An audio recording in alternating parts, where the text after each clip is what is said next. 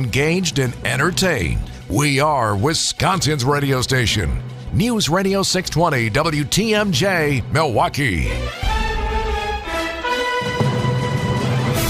At noon, it's 1 degree in Milwaukee. Wind chill advisory in effect for all of southeast Wisconsin until 9 o'clock tomorrow morning. On our way to a high of 4 degrees with a lot of sunshine today, partly cloudy. And tonight's low down to 2 degrees below zero with wind chills dipping to 25 below. From the WTMJ Breaking News Center, I'm Vince Vitrano. Johnson & Sons paving time-saver traffic alert. Crash on I-43 southbound in Milwaukee County. The crash is at Good Hope Road. Southbound lanes are closed entirely. DOT has turned off all the cameras in the area. I can tell you those backups appear to be stretching to the edge of Ozaukee County if you're headed into the city from the North Shore. So we're looking at alternate routes coming up after the break. But again, I-43 southbound closed at Good Hope Road due to a crash. Parents are picking up their children from Hales Corners Elementary School, building evacuated due to a gas leak. District and Hales Corners police brought the students to the library nearby. That's where parents and caregivers are instructed to meet up with the students. Authorities predicting it will be a busy spot, so they're asking others to avoid that area if possible while they get the kids home. Relatively warmer weather is on the way, though we've got to get through tonight and even into tomorrow morning with some brutally cold wind chills. It looks like we get a surge of a big warm front probably the Sunday and into Monday, and we could be talking about high temperatures again, well above freezing. Maybe some 40s again. Storm Team 4 Chief Meteorologist Brian Wisnansky on Wisconsin's Morning News today. Power fully restored to virtually everyone in southeast Wisconsin. Just a handful of We Energies customers still offline this afternoon. It was days without power for some. I've been out of business since, obviously, Friday night. It was a significant loss. 9 o'clock, 11 o'clock, 12 o'clock yesterday, and we finally decided we're done. We went to a hotel and spent the night and got to watch the Packer game. Some folks in New Berlin talking with TMJ4's Julia Fellow. Your complete WTMJ 5-day forecast is coming up. Packers head to California later this week to take on the 49ers in the next round of the NFL playoffs. No home games for the Packers, even if they keep winning. Milwaukee Journal Sentinel's Lori Nickel telling Wisconsin's Morning News that given the frigid temperatures in Wisconsin, the team is probably content to be playing elsewhere. A cold weather game in Green Bay might have been an equalizer rather than an advantage. So I think they're probably totally okay with going on the road. Packers and 49ers, Saturday night kickoff scheduled for 7 o'clock. Iowa claims another candidate, former governor of Arkansas, Asa Hutchinson, who got 191 votes in all of Iowa Monday caucuses, dropped out of the GOP race for the presidential nomination this morning. Businessman Vivek Ramaswamy, who finished fourth in the race, bowed out already last night. We want to thank the great people of Iowa. Thank you. We love you all. Former President Donald Trump, the big winner, not only finishing first, but also getting a majority, 51% of the caucus votes on the GOP side. Went from a victory party last night to the courtroom in New York this morning. Donald Trump just won Iowa last night and now inside of the courtroom watching sort of as a line of prospective jurors are walked into the courtroom and how he appeared to look at them as they came in, how he appeared to take stock of them as they sat inside of the jury room. So which case is this? That's ABC News investigative reporter Olivia Rubin. This is the penalty phase of the civil defamation trial involving E. Jean Carroll, whom a jury found Trump sexually assaulted back in the 1990s. Trump appealing that decision. But this jury will decide what the former president needs to pay Carroll for comments about her found to be defaming. President Biden is using all of this to boost his campaign coffers. President Biden sent an email to his campaign supporters Monday night after the results of the Iowa caucuses were in with the two-word subject line, Donald Trump. The president writing in the fundraising pitch that with his convincing win in Iowa, it's clear that Trump is the official frontrunner for the Republican nomination. The president adding, quote, "Folks, we need to work even harder now. If Donald Trump is our opponent, we can expect vile attacks, endless lies, and massive spending." That's ABC News White House correspondent Karen Travers. The New Hampshire primary, next contest in the race for the White House 1 week from today. Time for news about your money. WTMJ Annex Wealth Management Market Update. Dow Jones Industrial Average is down about 275 points to 37,318. The S&P 500 at 4758. That is down about 26 points. And the NASDAQ down nearly 80 points to 14,893. 2024 is here. Be ready with investment, retirement, tax, and estate planning from a fee-only fiduciary. Click the Get Started button at annexwealth.com. Sports, traffic, weather are next. Siding Unlimited, WTMJ News Time, 12:05. This report is brought to you by Rejuvenix, your non-surgical joint therapy experts. I couldn't even bend over, but now after stem cell treatment, I can deadlift a house. Now, this is an exaggeration, but I do hear about unbelievable miracle outcomes, and I have to ask, do you really believe them? If they were true, these biological treatments wouldn't even have to be advertised.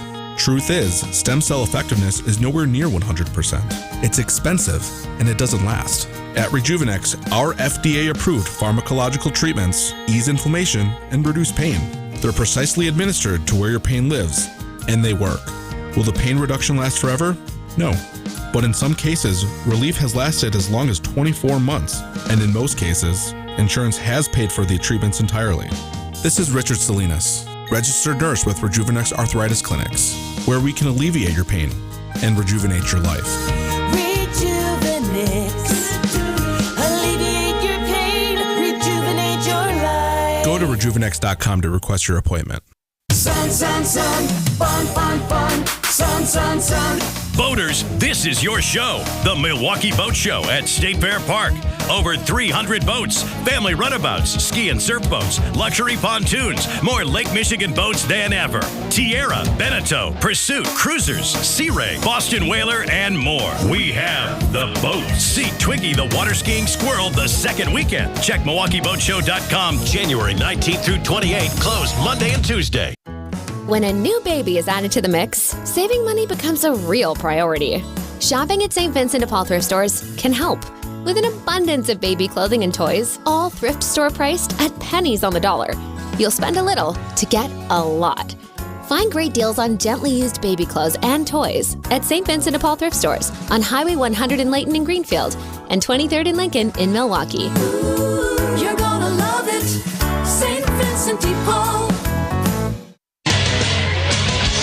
Time for WTMJ Sports Update. The Green Bay Packers are beginning their prep to face off with the San Francisco 49ers in the divisional round of the NFC playoffs. However, they'll have to be without pass rusher Kingsley Ngambarre. According to the NFL Network's Ian Rappaport, Ngambarre reportedly has suffered a season-ending knee injury. The next man up, that's just the mentality, and another guy gets an opportunity. And over to college hoops, where the Marquette Golden Eagles snapped a 2-game losing skid with the 87-74 win over Villanova on Monday afternoon. Tyler Kolek caught it. You got lucky there. Hey, when things are going well, they're going well. The 11th ranked Wisconsin Badgers will look to extend their perfect conference record tonight to 6-0 as they get set to visit Penn State tonight. Tip-off set for 8 p.m. And lastly, two more teams punching their tickets to the divisional round on Monday. The Buffalo Bills knocking off Pittsburgh 31-17, and the Eagles falling in Tampa Bay to the Bucs, this one by a final of 32-9. According to ESPN's Adam Schefter, Philadelphia Eagles center Jason Kelce reportedly telling teammates following that loss he is, in fact, retiring. Kelce played 13 years and was selected as an All-Pro 6 times. I'm Brandon Snide, WTMJ Sports. WTMJ Johnson & Sons paving time-saver traffic alert. We've got a crash on I-43 southbound in Milwaukee County. It's at Good Hope Road. You'll want to get off the freeway well before then, maybe even before Brown Deer Road, because the backups are pushing into Ozaukee County. Port Washington Road, that's still torn up in spots due to construction, but is an alternate. It is also backing up southbound as vehicles begin to take that stretch. Highway 57 to the west of the freeway, another option to get south of Good Hope Road. We also have a crash just before the Marquette interchange. We've got 3 lanes blocked there, southbound I-43, just before you hit the Marquette, so watch for that. And cars just shutting down in the cold. I've got about a dozen disabled vehicles littered across the freeways here in southeast Wisconsin right now. Most of them are off on the shoulder. But the trouble spots, again, 43 southbound at Good Hope Road, and then 43 southbound just before you hit the Marquette. Traffic is sponsored by TaybackAttorneys.com. Social Security benefits denied? Call Tayback for the payback. Unable to work due to health problems? Let Tayback help you get approved for the Social Security benefits you're entitled to. Call Tayback for the payback. TaybackAttorneys.com. Wind chill advisory in effect for all of southeast Wisconsin goes till 9 o'clock tomorrow morning. Here's your WTMJ 5-day forecast. Mostly sunny, windy today. High of just 4 degrees. Wind chills could dip to 30 below. We ease back a little bit tonight. Our low tonight is 2 degrees below zero with wind chills down to 25 below. And then the warm-up starts later Wednesday. High of 14 Wednesday. Thursday's high 17 degrees with some flurries. Friday, a chance for snow showers and breezy, high 15. Saturday, mostly sunny, high of 16 degrees. Right now in Madison, 0 Green Bay at 1, Waukesha at nothing. And in Milwaukee, we are at 1 degree. I'm Vince Vitrano, Siding Unlimited, WTMJ News Time, 12:10. It's the middle of the day on WTMJ. Come join the conversation on the WTMJ Talk and Text line at 855-616-1620. Now, here's Tracy Johnson. Good afternoon, Wisconsin. Great to be with you today on this Tuesday show with Aaron producing. Thank you. We'll call on Aaron from time to time during the show. I'm here from 12 to 3 today, and then a couple more times through the month of January. Announcements will be coming from WTMJ soon. So I know I always get texts on the talk and text line. So feel free to go back and forth throughout the show. This is a big Tuesday program, lots to get to today. Some of it that we teased yesterday but didn't get to because the discussion was just so robust. So the cold is persisting and MPS canceled school today. Also, a public service announcement. If you are trying to start your car, if you're starting your car before you go out, because it's that season, make sure that you watch your car. I haven't heard of a lot of people having their cars stolen yet because they leave them running outside their house. But inevitably, if you guys take your eyes off your car, this is going to happen. I know last year we were dealing with this in my neighborhood, and I know I came downstairs this morning. My husband had started the car, but he was watching it, so good job. All right. So even though MPS was off today, the traffic is bad. I know Vince had mentioned a number of breakdowns. On my way in today, I actually saw, probably 5, and I was really surprised because these were cars that looked just like mine. These weren't like my beaters from 30 years ago. So be careful out there on the roads. It looked like a lot of people ran out of gas, or maybe if the gas was too low, your car's going to stop. So just be careful out there. All right, to kick off today's show, as I mentioned yesterday, I don't do Twitter polls. That's Steve's thing. But I love the energy of the audience, and it's great to get engaged on the WTMJ talk and text line. So I'm looking for a word, all right? A word to describe the story that's stealing the headlines today, or at least we're going to talk about for the first half hour today, and that is the Iowa caucuses. Text the word to the WTMJ talk and text line. That's 855-616-1620. How are you feeling about the results? We saw former President Trump take a decisive victory, and DeSantis in second, and third was Haley. Fun fact, and I didn't realize this, but Donald Trump in Iowa in 2016 was third place in the Iowa caucus. And now he had that commanding 51%. So this was decisive, as was predicted. I'll read your text and your word throughout the show. Again, 855-616-1620. Was it predictable? Meh. Curious? Fascinating? Trajectory? What are you thinking to help us through the show? This is such a big start to the Republican presidential election, which will end right here in Milwaukee in 2024. And that's one of the reasons that I think there are a lot of people in Wisconsin who are really interested in this, who've got their eyes peeled for what's happening and how this is going to go. I'm fascinated by the caucuses in general and the process that Iowans go through to help set the stage. And I do believe in talking to my friends who are Republicans and Democrats, I think there are a lot of people who are very interested in what's happening here, because we all need to be educated and informed about what's happening in these caucuses and in the primaries moving forward. Because the person who comes out on the other side of this primary process for the Republicans is hopefully, and I'm saying hopefully, going to have a real debate with the Democrat candidate, which will likely be Joe Biden. And we'll talk about the caucuses, again, just for the first half hour here. And, I want your reaction, want your feedback. Do you care? Does it matter to you? What is on your mind about this event? 855-616-1620. I have a few takeaways, and they're not the ones that I, heard from the pundits and all of that. And I wonder if any of these resonate with you. First is that they announced that Donald Trump had won the caucus around 30 minutes after the caucusing began. I know I got the notification on my phone right away, and I was like, oh, wow, that was fast. And there were complaints levied by the DeSantis campaign that this perhaps had suppressed the vote, because if you're paying attention to the process in Iowa, you would know that caucus goers, about 110 of them, gather throughout the state in all the different districts, and they cast their vote after listening to surrogates or the candidates themselves talk about the candidates. And the process of giving these speeches, of course, takes time. And so many of these speeches weren't given when the announcement came out. And then again, we heard DeSantis campaign, say this was unfair and this suppressed the vote. I thought that was a little thin-skinned, but, nevertheless, I think there is some truth to that. The second thing was that while Democrats cast their ballot as well in Iowa, we didn't talk about the Democrat process. They don't caucus like the Republicans. Instead, what I learned is that they met on Tuesday night or last night, and they cast their ballots by mail. And then the results are released on March 5th, which is Super Tuesday, when we're going to see lots of states roll out their primary results. So that's an interesting difference. So the Democrats still caucus, and when there's a more contested Democrat primary, you'll see and hear a lot more from that camp than you do from the Republicans. Another interesting point about the process, now that Iowa's behind us, the next primary is just 1 week from now. That's on the 23rd of January.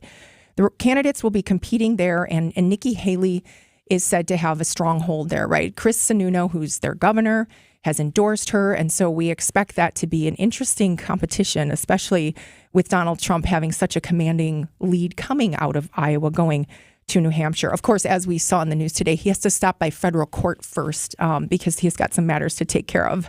On the Democrat side, though, you will only have, this is interesting, in New Hampshire, you will only have two Democrat candidates, Marianne Williamson and a candidate named Dean Phillips, who is struggling to get any airspace.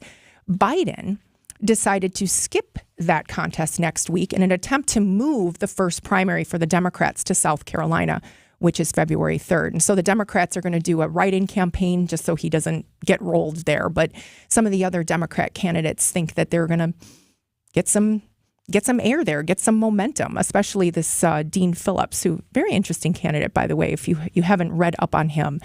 As has been discussed, the reason that Biden is skipping the New Hampshire primary is because he's attempting to move the Democrat primary to a state that he thinks more accurately depicts the nation from a diversity standpoint. And so he's looking at South Carolina.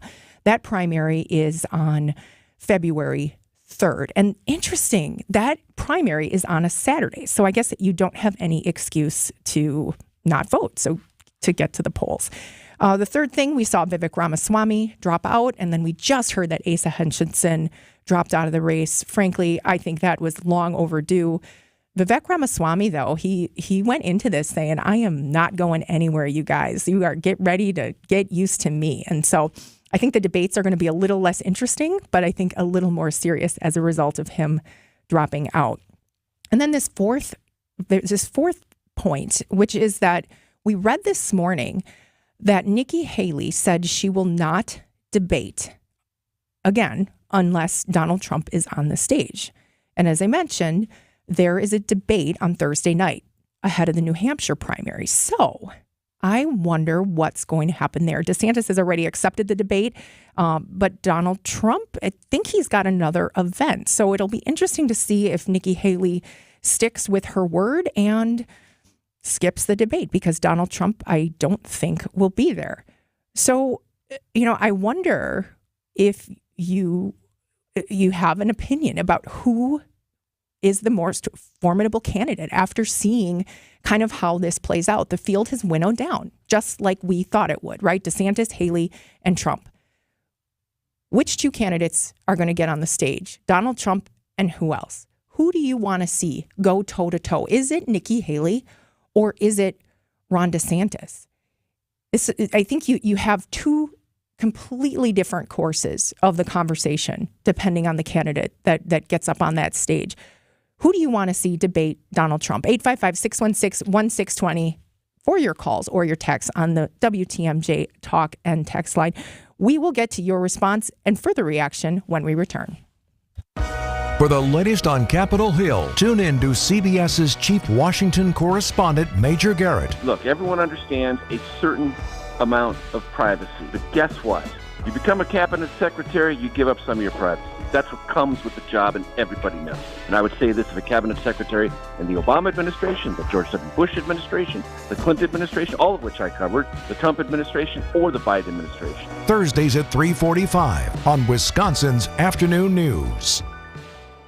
Accunet Mortgage is an equal housing lender. NMLS ID 255368. Chris and Tim closed their first loan with Accunet $116,000 ago in terms of the median sales price in southeastern Wisconsin. We helped their daughter buy a home earlier this year, and now we're helping them buy their retirement condo. We're told there were 3 offers, 2 cash offers, and Chris and Tim's offer backed up by an Accunet rock-solid guaranteed pre-approval. All 3 offers were probably over the asking price, but we're surmising Chris and Tim's offer was the highest because when the sellers asked the listing broker if they could count on the offer with the pre-approval letter, the answer was simply, Accunet really does their homework. It's not easy to beat a cash offer over the asking price, but that's exactly what Tim and Chris did with some help from their trusted family mortgage lender. If you don't think the lender's name on your pre-approval letter matters, think again. It's still a seller's market in the Badger State, so click on the blue button at Accunet.com today to get started with your rock-solid guaranteed pre-approval. That's ACCUNET.com. It's time to make the call. It's time to get that lasting relief you deserve from that awful joint pain in 2024. Hey, it's WTMJ's Greg Matzik for QC Kinetics. Hey, don't go another year compromising because of that awful pain in your knees or your shoulder. Give a call to QC Kinetics, the nation's leader in regenerative, non-surgical pain relief. Now, the best part is your body has what it needs to restore and repair that damaged joint tissue. That means no drugs, no surgery, and no downtime. QC Kinetics can make it happen. Hundreds of board-certified QC Kinetics providers have treated tens of thousands of satisfied patients all over America. People with back pain, with hip pain, any pain associated with arthritis or an injury. And it's not a Band-Aid fix. This is revolutionary. It's treatment that can get you moving again and get your life back. Take the first step now. Give a call to QC Kinetics. A free consultation awaits. 414-285-3474. That's 414-285-3474.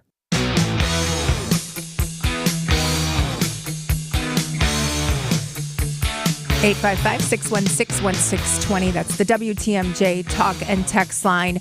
With the Iowa caucuses behind us, there is another debate coming up on Thursday night, and it is ahead of the New Hampshire primary, which is the first primary in the country for the 2024 presidential candidate. And we read this morning that Nikki Haley said she will not get on stage for that debate unless Donald Trump is there. And we know full well that he won't be there. So my question is, which 2 minds do you want to see duke it out? We've already seen Haley and DeSantis debate ahead of the Iowa caucus. And frankly, my take on that was that they accomplished what Donald Trump wanted, was that they beat each other up, they bloodied one another, and really just put Donald Trump in another universe. And I think he used that momentum when campaigning in Iowa, just standing kind of far and above. And it was interesting, too, when Donald Trump made his remarks to the audience, to his supporters, he was very, very kind to Nikki Haley and Ron DeSantis, saying, I think I applaud them. They ran a great campaign. They did a good job. And you know how you can always hear people snark, like in people's voices? I didn't sense that. And I was listening very closely to the comments and the way the candidates handled it. It was interesting to see Nikki Haley, who said, I just have my sights on Donald Trump. I just have my sights on winning this election and, going forth and beating Biden. I thought DeSantis came off as a little bit, he seemed a little whiny, a little bit. And I hate to say that because I don't want to show my cards in terms of the candidate I'm supporting. But, I was a little disappointed in kind of how that played out. But Donald Trump, if you knew nothing else, you would think that he was a gracious winner. You would think he was a gracious winner, at least from the short snippets that I heard. And I I'm not saying this could be a turning point by any means. I'm just saying that, after last night's contest, we have our set sight on another primary, and we're going to see another one, South Carolina, and then you have Super Tuesday. So we've got a lot of runway here to go. Just want to get to some of the words that people are saying, and it's mixed here. One word to describe how you think about the results in Iowa: unsurprised. I've got a horrific, irrelevant, hypocritical. Iowa voters are lemmings, frustrating, exacerbating, excited. They got it right. Disappointed. Ugh, it's a joke. Appalled. So people are all over the map. And, I think it's no secret that there's a lot of frustration with, former President Trump. There's, kind of mixed enthusiasm across the board. But, we saw a lot of, I think, game-changing things happen last night, at least with regard to candidates number 2 and number 3.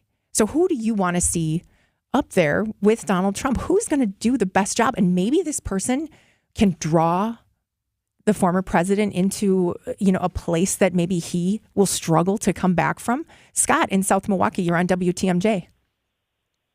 Hi, good afternoon, Tracy. Yeah, on this topic, whatever. I mean, if Donald Trump isn't going to show up on Thursday, there's no need to even have the event. We don't need to see Nikki Haley and Ron DeSantis, whatever, go back and forth again.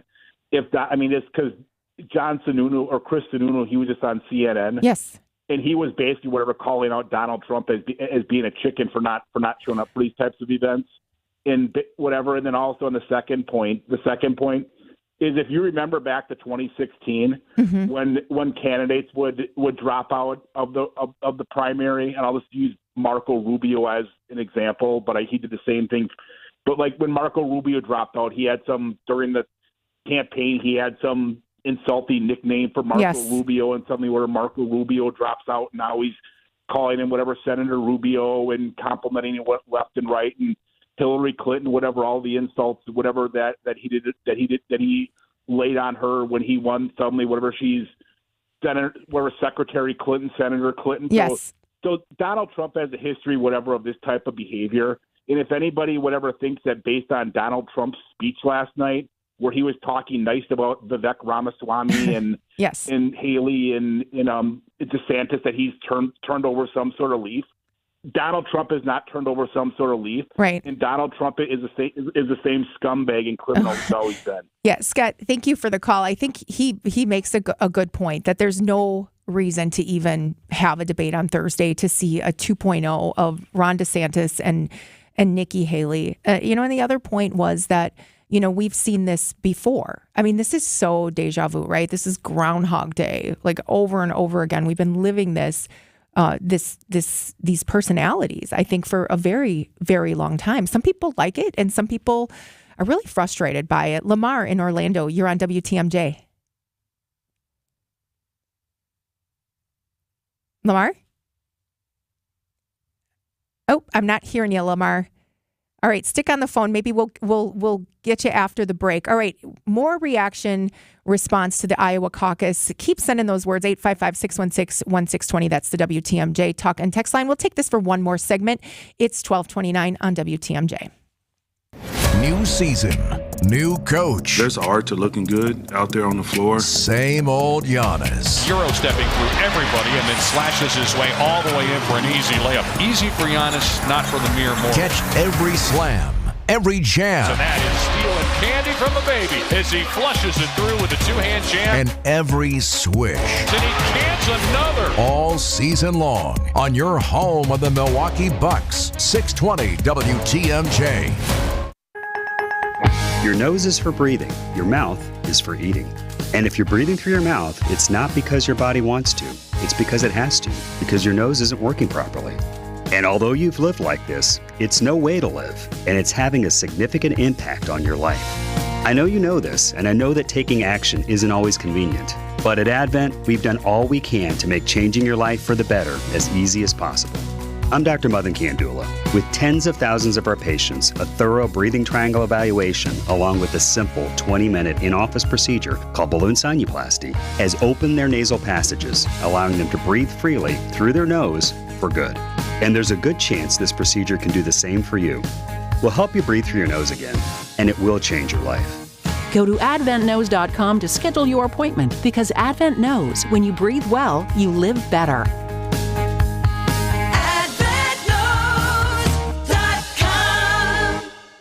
In this seller's market, even homeowners are trying to sell their own home. But more times than not, it doesn't work out like they'd hoped. And while homes like theirs are selling, and selling fast for over asking prices, their homes aren't.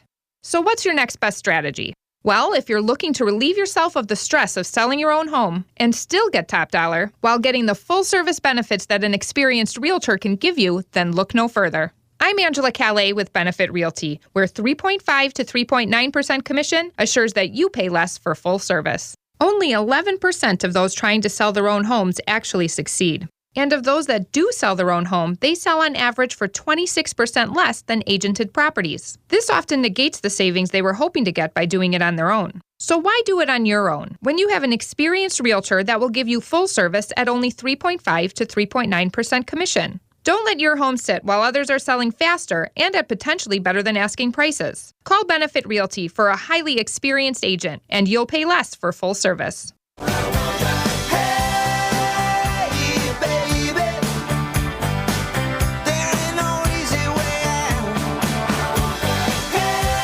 Getting on that stage with Donald Trump, inevitably he's got to face one of his Republican candidates. He has to face one of the candidates. So who should it be? Nikki Haley says, I won't get on that debate stage unless Donald Trump is there, or unless there's a debate stage where Joe Biden is there. So who's it going to be? And should they even have the debate on Thursday ahead of the New Hampshire primary? Lamar, you're from Orlando. You're on WTMJ. Yeah, thanks for taking my call. Yes. So I personally think Nikki Haley should be the person to face Donald Trump.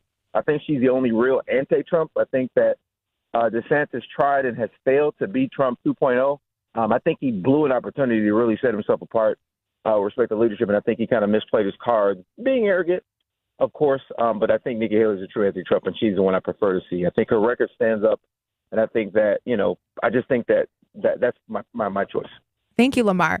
I think there are a lot of voters in Wisconsin. I mean, Wisconsin didn't vote for Donald Trump in the primary in 2016, 2020 presidential election. It went to, in 2016, Donald Trump won Wisconsin, but in 2020 he did not. So, I think this Wisconsin voters I'm not sure Donald Trump is going to do too well here in Wisconsin. And there seems to be a lot of favorability towards Nikki Haley. But just like any of these campaigns, it's state by state.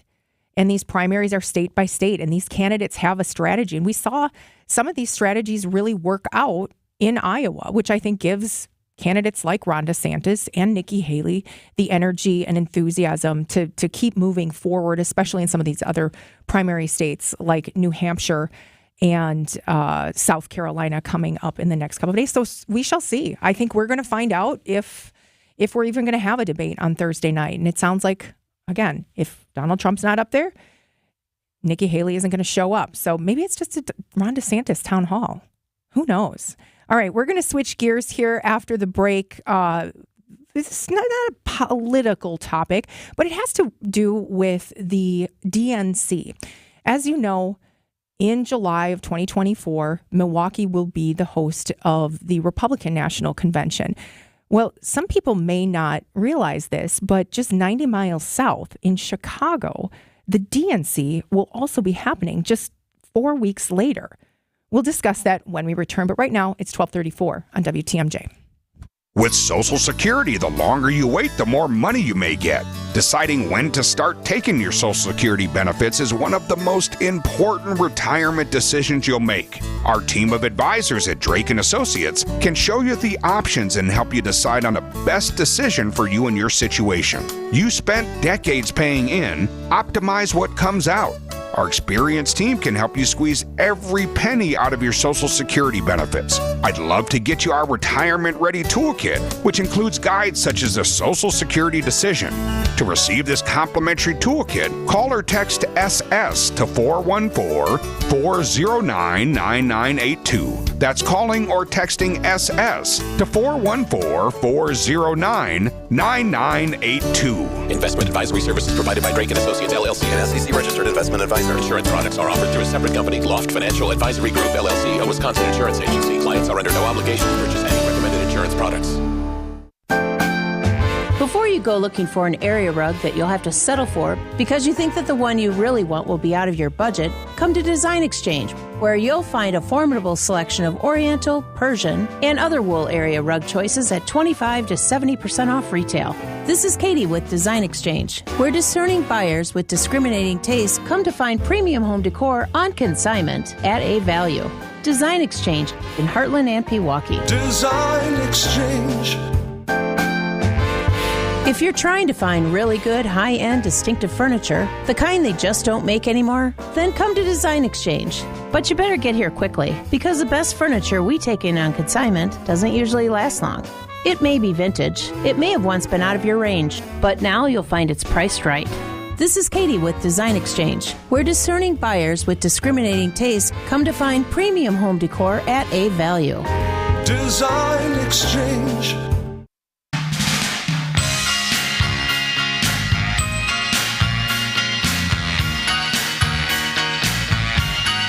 Great to be with you on this very cold Tuesday afternoon. Switching gears here, related though. One of the reasons we talk about these primaries and these conventions and the caucuses and all of that, leading up to the eventual anointing of the Republican candidate for president of the United States, is that event is going to happen here in Milwaukee in July of 2024. And, there was a lot of work that went into securing this convention, just like there was a lot of work that went into securing the Democrat National Convention in 2020. And that, unfortunately, didn't materialize the way that Milwaukee leaders had hoped. But nonetheless, we have another shot, and the RNC will be right here in Milwaukee. Well, down the road in Chicago, the DNC is going to be taking place, the Democrat National Convention, and that will be in August of 2024. Just this week, the DNC announced the site for their activities. It will be McCormick Place. Many of you are familiar with McCormick Place in Chicago. They're expecting around 50,000 people for this event. Our site for the convention is the Fiserv Forum right here in Milwaukee, and that's been well documented. And I think one of the reasons that Milwaukee actually landed the convention was because we have the Fiserv Forum, because there's such a strong investment in the expansion of the Baird Center, which we will see coming online soon. I think early May this is happening. So these two events, 90 miles apart, are happening within a month of each other. So that's really kind of crazy to think about. And I think hopefully Milwaukee will see some of the spillover from the Chicago convention. And I have no doubt that there will be some people in Chicago that come up to Milwaukee. Well, with this event just a few months away, you've got lots of planning, lots of fundraising. And of course, this happened in Chicago. And it's been well documented that one of the reasons Chicago received this convention or was granted this convention because of Illinois Governor J.B. Pritzker's relationship with President Joe Biden. It is well documented that they had many conversations. The Illinois Democrats, led by Pritzker, according to this article, pitched President Joe Biden and the party to bring the convention to Chicago, pointing to the proximity to the battleground states and the so-called Blue Wall. In a letter to Biden this year, Pritzker wrote, "When the future of the country hangs in the balance, we cannot afford to overlook the Midwest." And I think that line of thinking is predominant for both the Republicans and the Democrats. I mean, this is where the heart of the country is, right? In the Midwest. We see swing states like Wisconsin. We see really fierce battlegrounds like Michigan.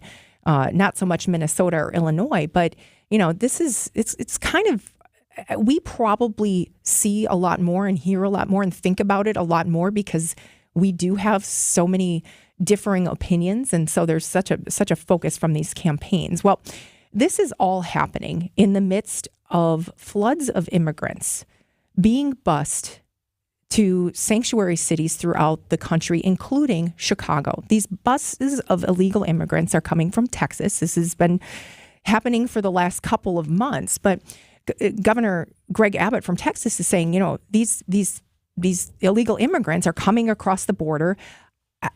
We don't have any resources to take care of them, and while we would really like to, we're just being overrun. Thousands and thousands of immigrants. So they're being bused to New York. We saw Mayor Adams of New York say, "Stop the buses, send the immigrants back. We don't have any room." And Illinois is the same way. You've got Democrat Governor J.B. Pritzker, who not only declared Chicago a sanctuary city, but I believe Illinois is a sanctuary state. And so they've got these buses of illegal immigrants coming to the city. And of course, we all know that these frigid temperatures are no place that anybody should be outside. And so J.B. Pritzker, the governor of Illinois, has pleaded with the governor. He said, please stop sending these people. This is a matter of human decency. You need to not be doing this. This story from Chicago talks about a group of 50 migrants who had been in the shelter since 2022 received a 60-day notice to leave between January 16th and January 21st. And this goes on and on and on, explaining, not only can they not take care of the illegal immigrants who are here already, but they can't take any more. And so, how does this play out for a city where you are going to be in the spotlight for the world, and this is January, and you have all of these immigrants coming from Texas, and you're trying to clean the city up, trying to create order in a city that is going to be in the spotlight. And it's no secret that immigration reform and immigration concerns are going to be a huge, huge issue in this presidential election. And I think it's interesting to see the visual here of a city saying, hey, we're open, come, send us your immigrants. And now they're like, hey, we just can't handle this. And obviously there's been a lot of discussion about this being politicized, and that's what J.B. Pritzker is suggesting, that this is really a political move by Greg Abbott. And at the same time, Governor Abbott is saying, this is a political move by you and your best friend, Joe Biden. And, the interesting juxtaposition, I think, of this in the middle of a time when your city has to be putting its best foot forward. Maybe this is what it takes to actually create a discussion and create some reform at the very top level. We discussed this last week about who's really in charge, who's really responsible for this. And I think the overwhelming consensus is that it's the president, Joe Biden, to figure out this immigration issue. And with Illinois Governor J.B. Pritzker and the president having such a great relationship that they can just bring the DNC to their city, hopefully, and I say hopefully, they can figure out a way to tackle these immigration issues that I think transcend politics. It's 1244 on WTMJ. I'm Tracy Johnson. This is Brad Youngbluth with Semper Fi Roofing and Exteriors, your local veteran-owned and operated exterior remodeling company. The Energy Star ratings for windows are getting a lot tougher to get the tax credit, so you're going to want to take advantage of. Fortunately, we still have options that will qualify you for those tax credits. Now, I can sit here and talk benefits of this product or what's great about that product. So can everybody else. But what a lot of operations can't do is, with complete confidence, stand behind the crew that's going to be on that next job. Talk is cheap, I get it, but our people are exceptional. How do I know? Because me and Vito handpick every single person that makes our team. Some make the cut, a lot don't. And that's why you can be confident that the windows we install for you will be top quality, installed right, and that you're going to get great service. And that's never failed us. So for your home's new windows, you can count on Semper Fi to keep you safe, warm, and dry. We keep you safe, warm, and dry. Semper Fi. This is Matt Meitner, owner of Sit Means Sit Dog Training. Do you find yourself talking to your dog but feel like she's not listening to you? Bella, sit! Are you constantly repeating yourself but she's not following your directions? Sit! Sit! Frustrating, isn't it? At Sit Means Sit Dog Training, we want to help you have a happy, confident, and obedient dog, and we also want to make the training process an enjoyable and worthwhile experience. Contact Sit Means Sit today to schedule a free consultation so we can create a customized training program so you are able to have the dog you want and deserve. Sit Means Sit Dog Training. Sorry, we don't train husbands, wives, or kids. I'm Dr. Jasmine Zapata, Chief Medical Officer for Community Health at the Wisconsin Department of Health Services. Every year in the U.S., about 21,000 lung cancer deaths are caused by radon, an odorless, tasteless, and colorless gas. 1 in 10 Wisconsin homes has high levels of radon. Does yours? Call 1-888-LOW-RADON or visit lowradon.org to learn more. Test, fix, save a life. Sponsored by the Wisconsin Department of Health Services. Shop Steinhafels Tempur-Pedic Ergo Smart Bases. They start at $42 per month with Steinhafels 60-month financing, and you'll get $300 in Steinhafels cash. Shop in-store or online at steinhafels.com. Steinhafels is your mattress destination. Hi, folks. This is Hank Albert, owner of BBC Lighting. With the weather getting colder, our prices get even hotter. And at our showroom, you'll see all the top brands of lighting and ceiling fans, such as Visual Comfort, Monte Carlo, and more. Our new in-store visual technology will allow you to find every light and fan from every major brand, including their price and description. And our prices are always the lowest. I guarantee it. If it's lampshades or repairs you need, we do all that too. There's something for everyone at BBC, including fun for Dad and the kids, and our famous free popcorn. BBC is open Monday through Saturday and is located at 20th and St. Paul Avenue, across from Sobelman's and Bachman Furniture, all near the Potawatomi Casino. Stay safe and healthy, my friends.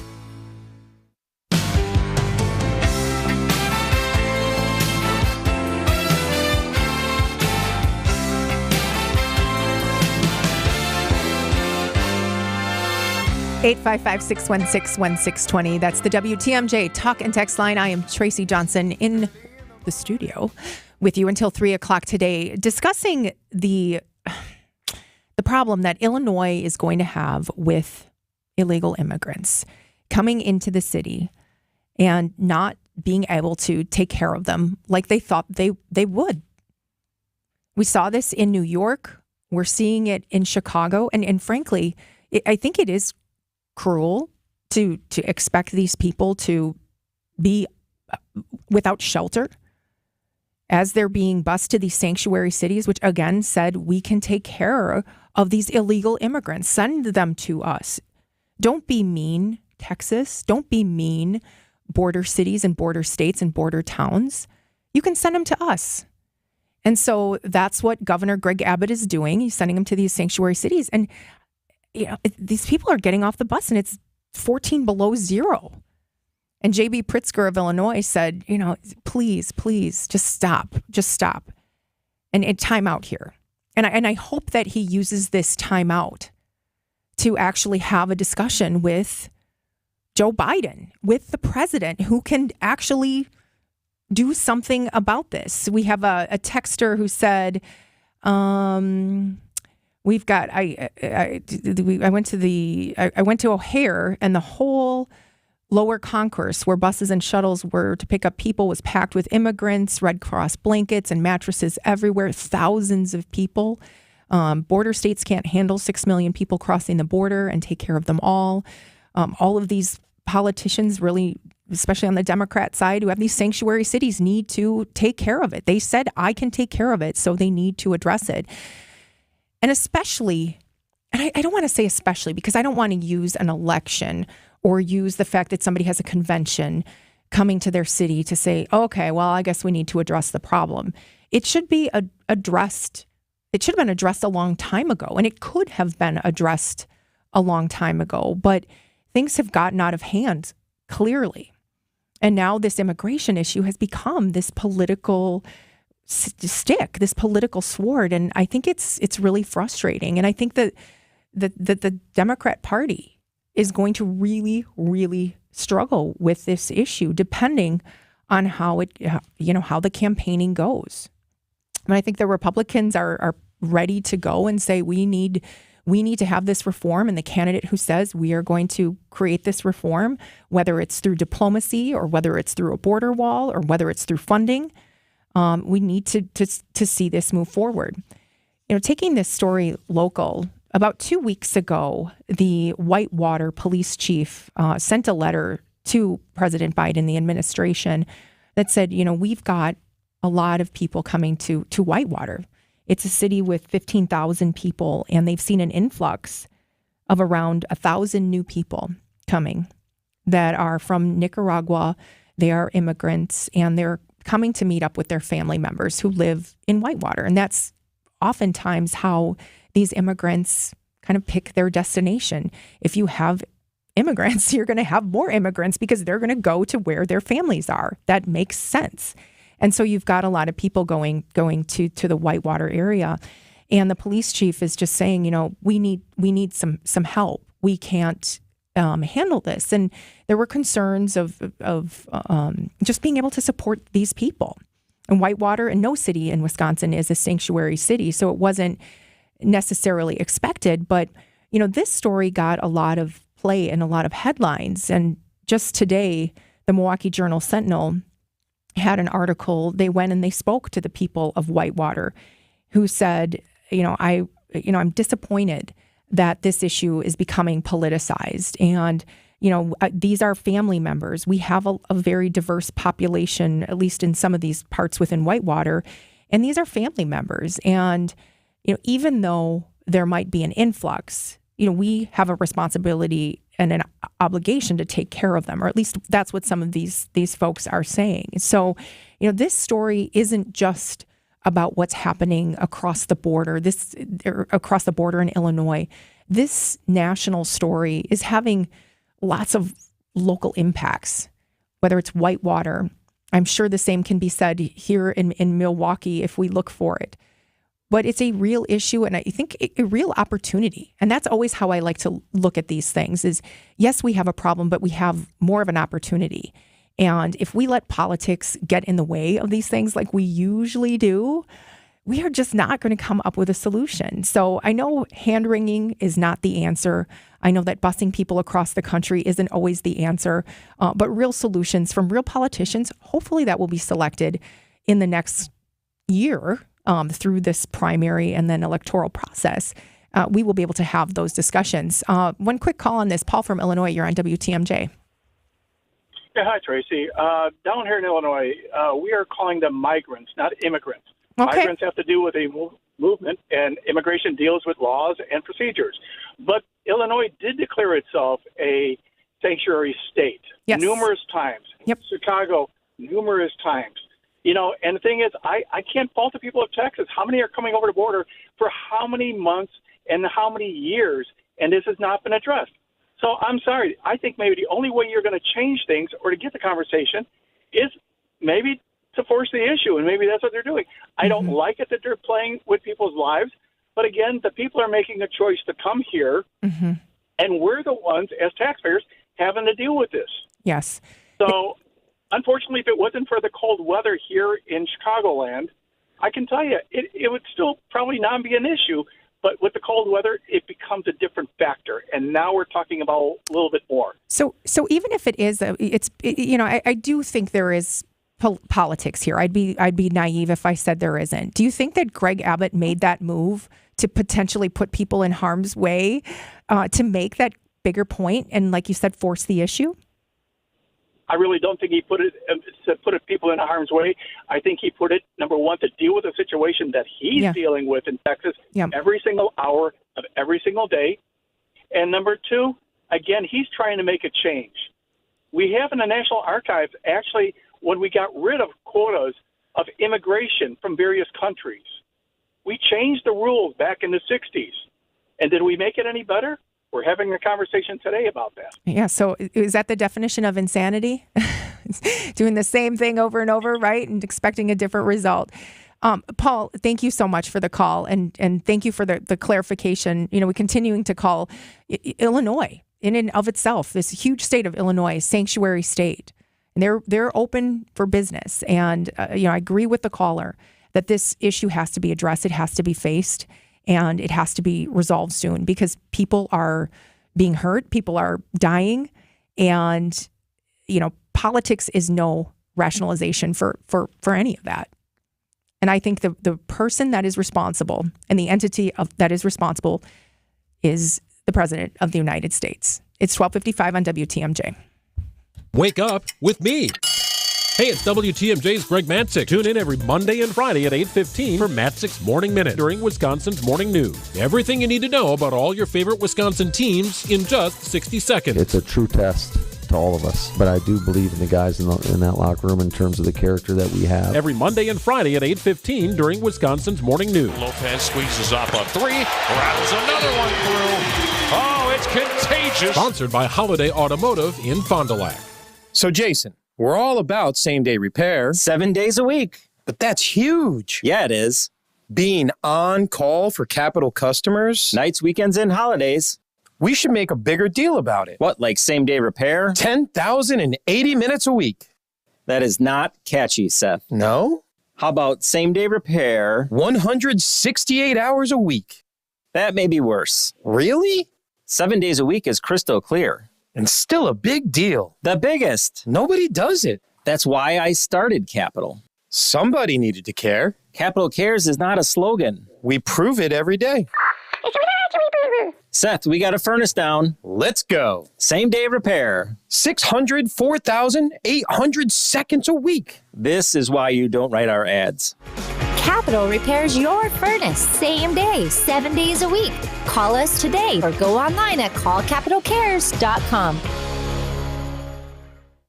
When you're due for tire service, visit richlands.com for the location nearest you. We'll give you free flat tire repair on every tire we install. No questions asked. I'm Brett Matchke with Richlands. You're due for service. Richlands.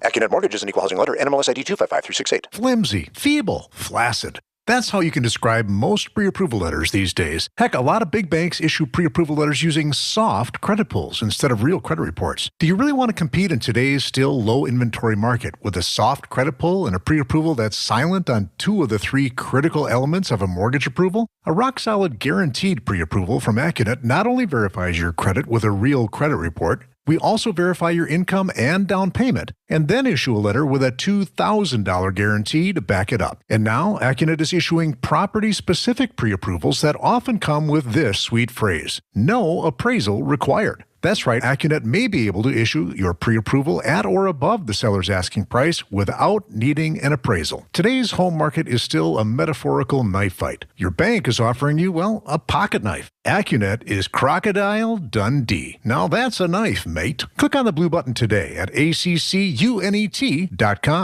Looking for some winter magic? Head to Lake Geneva for the 29th Annual Winterfest and U.S. National Snow Sculpting Championship. Watch and wonder as 15 of the best snow sculpting teams in the country create larger-than-life masterpieces right before your very eyes. Enjoy bonfires and s'mores on the beach and live entertainment. Explore the downtown ice sculpture walk featuring over 40 beautiful ice sculptures. Don't miss Lake Geneva's Winterfest, January 31st through February 4th. Learn more at visitlakegeneva.com. Hi, this is Julie Coombs and Cindy Storm Fisher with Storm Fisher Investment Group. Are you a retiring professional? Worried about the direction of our economy? About making your money last? Come see what we can do for you. Let us show you how we take care of you to help you have a great retirement. We are at 262-796-8400 or stormfisher.com. See you soon. Securities offered through Securities America Inc. member FINRA SIPC. Advisory services offered through Arbor Point Advisors LLC. Storm Fisher, Arbor Point, and Securities America are separate entities. WTMJ, W277CV, and WKTI HD2 Milwaukee from the Annex Wealth Management Studios. This is News Radio WTMJ, a Good Karma brand station. The place to get caught up, to speak out, to connect and be entertained. We are Wisconsin's radio station. News Radio 620 WTMJ, Milwaukee. At 1 o'clock, it's 1 degree. A wind chill advisory remains in effect for all of southeastern Wisconsin until 9 o'clock tomorrow morning. Mostly sunny, windy, bitter cold. A high of 4 today. Wind chills -30. Partly cloudy, a touch warmer with a low of 2 overnight. From the WTMJ Breaking Newsroom, I'm Greg Matzik. Another day of brutal cold, but there is warmth on the horizon. Storm Team 4 Chief Meteorologist Brian Niznansky tells Wisconsin's Morning News he expects temperatures to rise later this week. It looks like we get a surge of a big warm front probably the Sunday and into Monday, and we could be talking about high temperatures again, well above freezing. Maybe some 40s again. The complete WTMJ 5-day forecast is coming up. The city of Milwaukee is suspending garbage and recycling collections for the rest of the day due to the dangerously cold temperatures. Crews will also have limited shifts tomorrow and will work on Saturday to try and catch up. Drop-off sites are also closed today. They'll reopen on Wednesday. The Department of Public Works asks residents to clear the snow and ice around or on top of their garbage and recycling carts, as well as paths for the carts to roll to assist crews once service begins. Iowa claims another candidate, former governor of Arkansas, Asa Hutchinson, who got 191 votes in all of Iowa in Monday's caucuses, dropped out of the GOP race for the presidential nomination this morning. Businessman Vivek Ramaswamy also finished fourth in the races. He bowed out last night. We want to thank the great people of Iowa. Thank you. We love you all. There's former President Donald Trump, the big winner, not only finishing first, but also getting a majority, 51% of the caucus votes.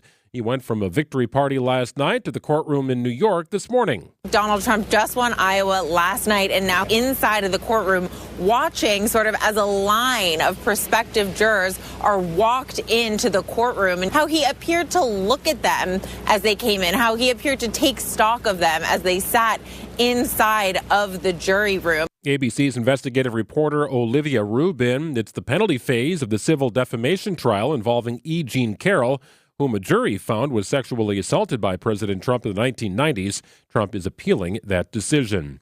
As for President Biden, he's using all of this to boost his own campaign coffers. President Biden sent an email to his campaign supporters Monday night after the results of the Iowa caucuses were in with the two-word subject line, Donald Trump. The president writing in the fundraising pitch that with his convincing win in Iowa, it's clear that Trump is the official frontrunner for the Republican nomination. The president adding, quote, "Folks, we need to work even harder now. If Donald Trump is our opponent, we can expect vile attacks, endless lies, and massive spending." It's ABC's White House correspondent Karen Travers.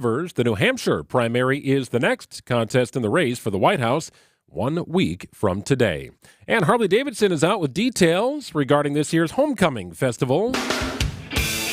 The Red Hot Chili Peppers will headline the Harley-Davidson Homecoming Festival this summer. It'll be held July 25th through the 28th along the lakefront. Jelly Roll and Hardy will also perform during the event at Veterans Park. Offspring and Cypress Hill, among the other musical acts, also set to be there. Harley says a special feature of the festival will be a celebration of Willie G. Davidson, the grandson of co-founder William A. Davidson. Eric Bilstead, WTMJ News. Time for news about your money in the WTMJ Annex Wealth Management Market Update. Not a great day for the indices. The Dow currently down 337 points at 37,255. The S&P 500 also down today about 29 points at 47,54. The NASDAQ down 81 points at 14,891 and change. News sponsored by Annex Wealth Management's Money Talk. Check it out Saturdays at 10 here on WTMJ. Sports, traffic, and weather are next. Siding Unlimited WTMJ News Time is 1:04. They were talking about doing a few things to spruce up their home, and I knew where they were coming from. Sometimes you don't even realize it, but then it hits you. You've had the same look in your home forever. And that's why Jan and Bob came to see me. And I told them they came to the right place. Because here, you'll find a bunch of choices to spruce up your home for less. They had a stone fireplace with empty walls on either side. I suggested glass shelves. She hated their old bathtub, so I showed her our glass shower door displays. They had kind of a small living room, so I thought strip mirrors would really open it up. And after we priced out my suggestions, they were surprised at the bottom line. Wait till they see their home after we're through. This is Stacy Sinks with Less's Glass Service. If it's a new glass shower door, fogged or broken insulated glass replacement, or affordable glass and mirror home decor that you've been looking for, you just can't pass on Less's Glass. Less is Glass Service, serving all of southeastern Wisconsin. Find us at lessglassservice.com. It's the last resort that comes with a grueling and painful recovery. And from what I've been told, it never really feels quite natural. A total knee replacement may make the pain you're living with eventually go away, but it opens up a Pandora's box of other possible issues. And that's why surgeons who really do care will tell you that it's a last resort. There are other surgeons who cry, "Replace! Replace!" But the physicians you'll find at Rejuvenex are primarily concerned with relief. And you may find out that the relief we give you helps so much so that you may not need to get that total knee replacement. This is Richard Salinas, registered nurse with Rejuvenex Arthritis Clinics. Our FDA-approved pain treatments aid inflammation and lubricate your joints. And in most cases, insurance has been shown to cover the costs. At Rejuvenex, we can alleviate your pain, and that'll rejuvenate your life. Rejuvenex. Alleviate your pain. Rejuvenate your life. Go to rejuvenex.com to request your appointment. The Green Bay Packers are beginning their prep to face off with the San Francisco 49ers in the divisional round of the NFC playoffs. However, they'll have to be without pass rusher Kingsley Ngambarre. According to the NFL Network's Ian Rappaport, Ngambarre reportedly has suffered a season-ending knee injury. The next man up, that's just the mentality, and another guy gets an opportunity. And over to college hoops, where the Marquette Golden Eagles snapped a 2-game losing skid with the 87-74 win over Villanova on Monday afternoon. Tyler Kolek caught it. We got lucky there. Hey, when things are going well, they're going well. The 11th ranked Wisconsin Badgers will look to extend their perfect conference record tonight to 6-0 as they get set to visit Penn State tonight. Tip-off set for 8 p.m. And lastly, two more teams punching their tickets to the divisional round on Monday. The Buffalo Bills knocking off Pittsburgh 31-17, and the Eagles falling in Tampa Bay to the Bucs. This one by a final of 32-9. According to ESPN's Adam Schefter, Philadelphia Eagles center Jason Kelce reportedly telling teammates following that loss he is in fact retiring. Kelce played 13 years and was selected as an All-Pro 6 times. I'm Brandon Snide, WTMJ Sports. Time for a Johnson & Sons paving time saver traffic update. Crash on 43 southbound in Milwaukee County. It's I-43 southbound, Good Hope Road-ish. You want to get off the freeway before then, maybe even before Brown Deer Road. Backups are pushing into Ozaukee County, believe it or not. That's a problem area anyway due to the normal construction. Right now, 43 southbound, Brown Deer to downtown, normally an 11-minute ride. It's going to take you 19 minutes. Make sure to seek an alternate route if you're heading into the downtown area and using 43. Also, beware of disabled vehicles. They keep popping up here, littered across the freeway system, slowing things down a touch, a tap on the brakes in a variety of areas. Otherwise, no major delays across the system. Traffic is sponsored by Cedarburg PAC Inc., shining brightly for 25 years. Get your tickets now for Brass Transit, the musical legacy of Chicago, this Friday at the Cedarburg Performing Arts Center, shining brightly for 25 years. Go to cedarburgpac.com. Wind chill advisory in effect for all of southeastern Wisconsin until 9 o'clock tomorrow morning. Sunny, windy, bitter cold, wind chills, -30, a high air temperature of 4. That'll go down to -2 overnight. The wind chills remain awful. Wednesday, partly cloudy, not quite as cold, to the high of 14. We stay in the teens through the rest of the week. Right now in Madison, it is 0. -1 in Green Bay, -3 in Waukesha, and 1 degree at the Avenue. I'm Greg Matzik. Siding Unlimited WTMJ News Time is 1:08. It's the middle of the day on WTMJ. Come join the conversation on the WTMJ Talk and Text line at 855-616-1620. Now, here's Tracy Johnson. 109 on WTMJ. Thanks for being with us on this cold Tuesday afternoon. I like what Greg was saying about the warm-up here. I am looking forward to something without a negative sign in front of it. That'll be very, very nice. I want to move to this topic now to start the conversation about it's not like the happiest topic, but it is a controversial topic, and it is a topic that's right in front of us and right in our backyard, actually. And it has to do with homelessness. Do people have the right to be homeless? We saw yesterday that 3 people died from being out in the cold. 1 person was confirmed to be homeless.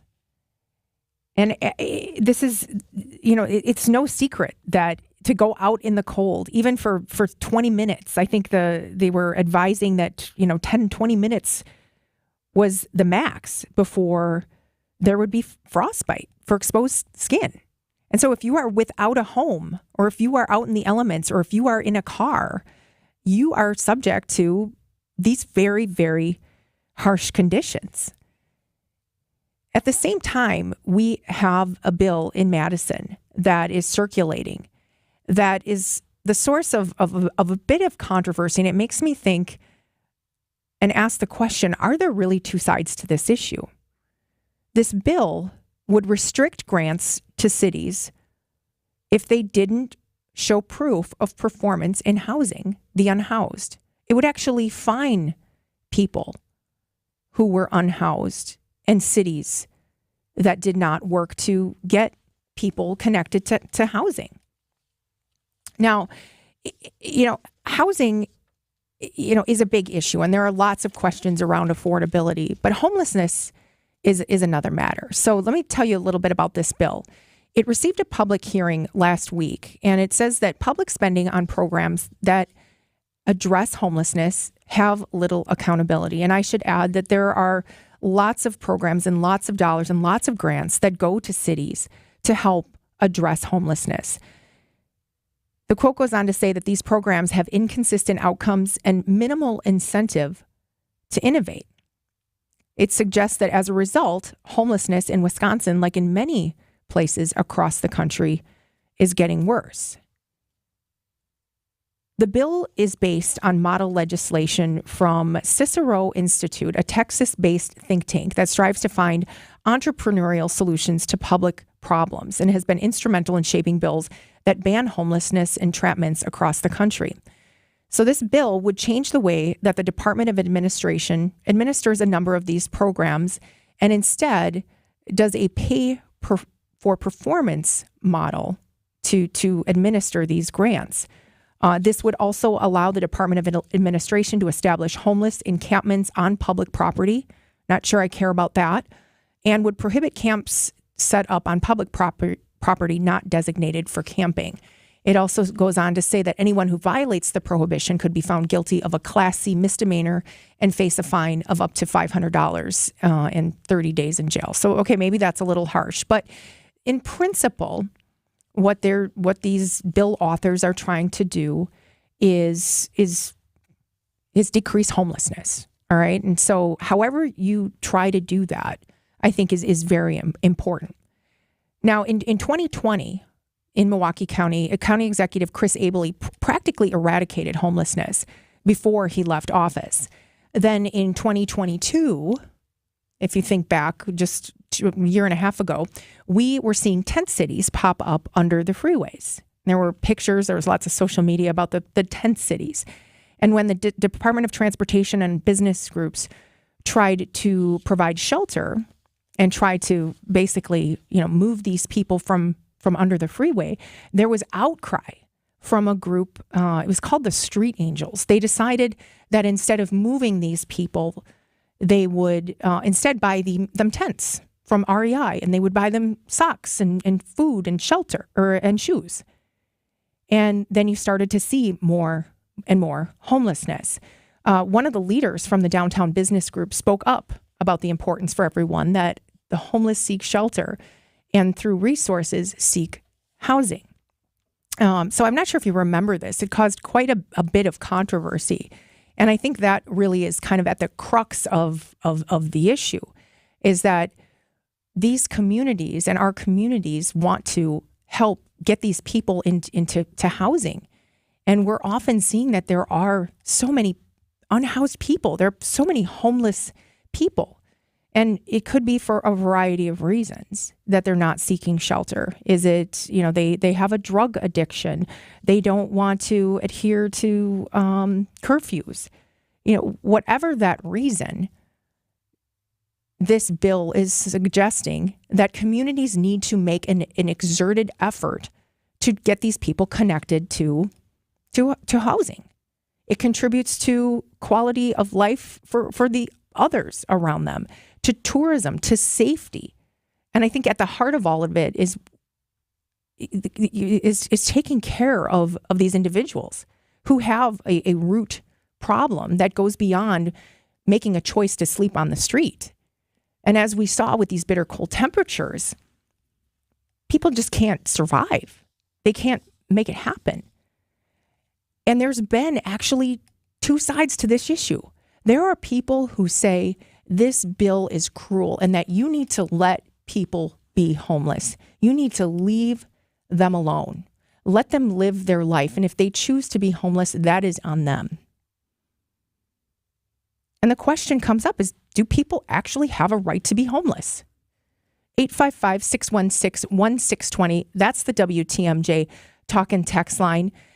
And should homelessness be a choice? Is this proposed legislation actually going to help solve the problem? Because homelessness in our cities, if not addressed, leads to further and further decline. We've seen this in cities like Portland. We've seen this in cities like San Francisco, where you have homeless encampments. And that's a whole separate conversation on a national level about homelessness and vagrancy being a right. We have an opportunity right here in Wisconsin to reverse that. Now, using a carrot or a stick, that's the question. But should homelessness be a choice? 855-616-1620 on the WTMJ talk and text line. Or do these bill offers and do these legislators, are they really onto something? Helping communities have proof and performance rather than just shoveling the money out the door. It's 1:16. Your reaction, my response when we return. Oh, I'm already running late. Let's go. There is a backup on I-94 eastbound. Wait, is that Debbie Lazaga? Expect delays. Well, how bad is it? Alternate routes will help you in your journey. I feel better. Get where you need to go calmly with traffic reporter Debbie Lazaga, only on News Radio WTMJ. Follow me on social. Better days start with a better night's sleep on a mattress from Milwaukee Mattress and Ken Michaels Furniture. Handcrafted in Milwaukee, our mattresses are custom built to your needs. We have all the comfort and firmness options to give you your best night's rest. Buying direct from our factory showrooms will save you up to 50% compared to national brands. Shop today during our New Year's sale at Ken Michaels Furniture for over 75 years of uncompromising quality, local factory direct saving, and your best night's sleep. Start the new year right with Norwalk Furniture on sale now at Ken Michaels Furniture. Save 35% on showroom pieces that are ready for immediate delivery, or in just 35 days, you can create a look that reflects your unique style with over 850 fabric and leather options and comfort levels, from cuddling to extra firm support. Norwalk Furniture's American roots go back over 102 years. For better quality American-made upholstery, shop the Norwalk Upholstery Sale at any Ken Michaels Furniture locations in Greenfield, Brookfield, or downtown. Explore outdoor living this Saturday from Eric Brown, the president of Outdoor Living Unlimited. He knows his stuff. They expand your living space with decks, patios, fire pits, even outdoor kitchens, and can show you a virtual reality of it all for starters. Outdoor Living Unlimited did a great job at the Matzik household. We love it.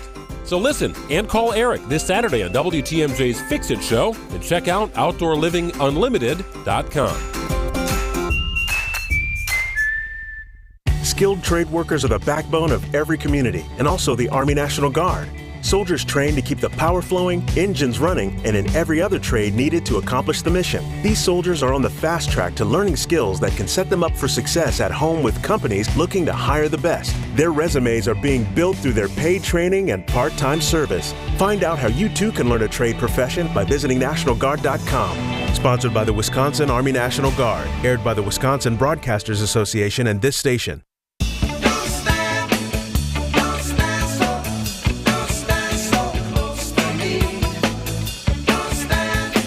Is there a constitutional right to vagrancy? This tied to this topic of homelessness. And an interesting answer to that question, the Supreme Court on Friday agreed to hear an appeal challenging a judicial ruling that established a de facto constitutional right to vagrancy.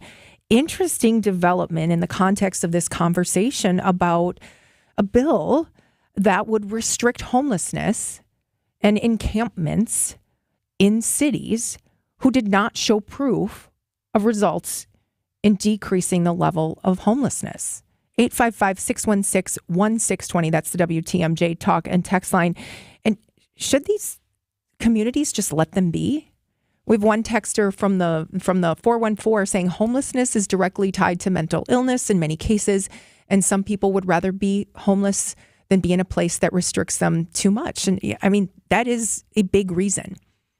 But homelessness and mental illness, okay, if they're connected, and if there's proof that often these two things go hand in glove, then these communities need to be focusing on that root issue, right? And so perhaps that's further down in the bill is how are they addressing it? And then if that is the problem, how are they creating solutions, right? It's not just throwing money at the problem like we do in so many other cases. James on the South Side, you're in WTMJ.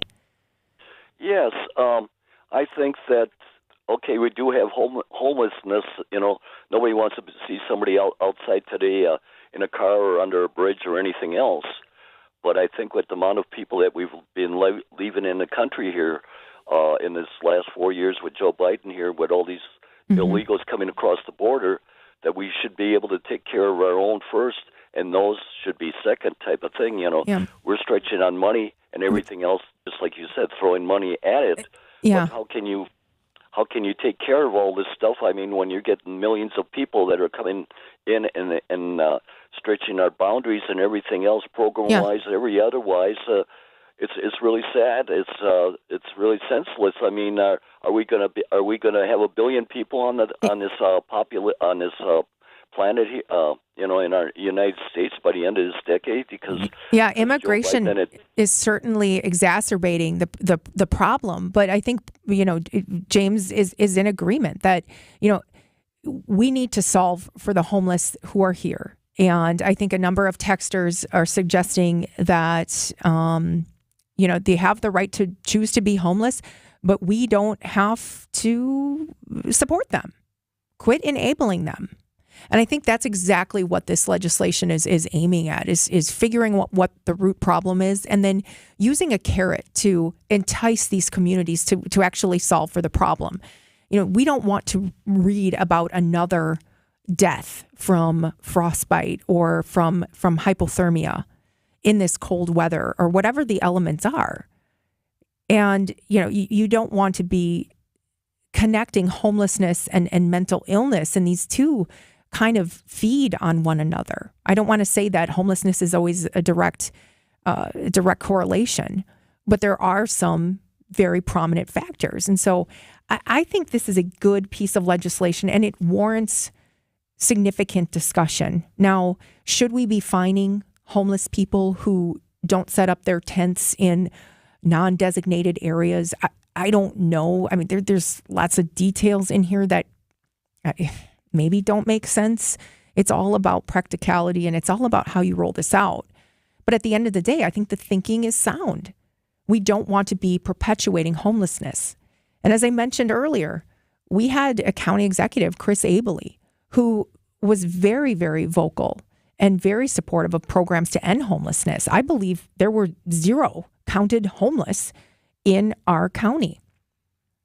And then back to 2022, you had the people tenting under the freeway. And now you're seeing more and more homeless. But I think some of it has to do with the fact that you don't have some of these programs in place that require proof of acceptance and proof of commitment.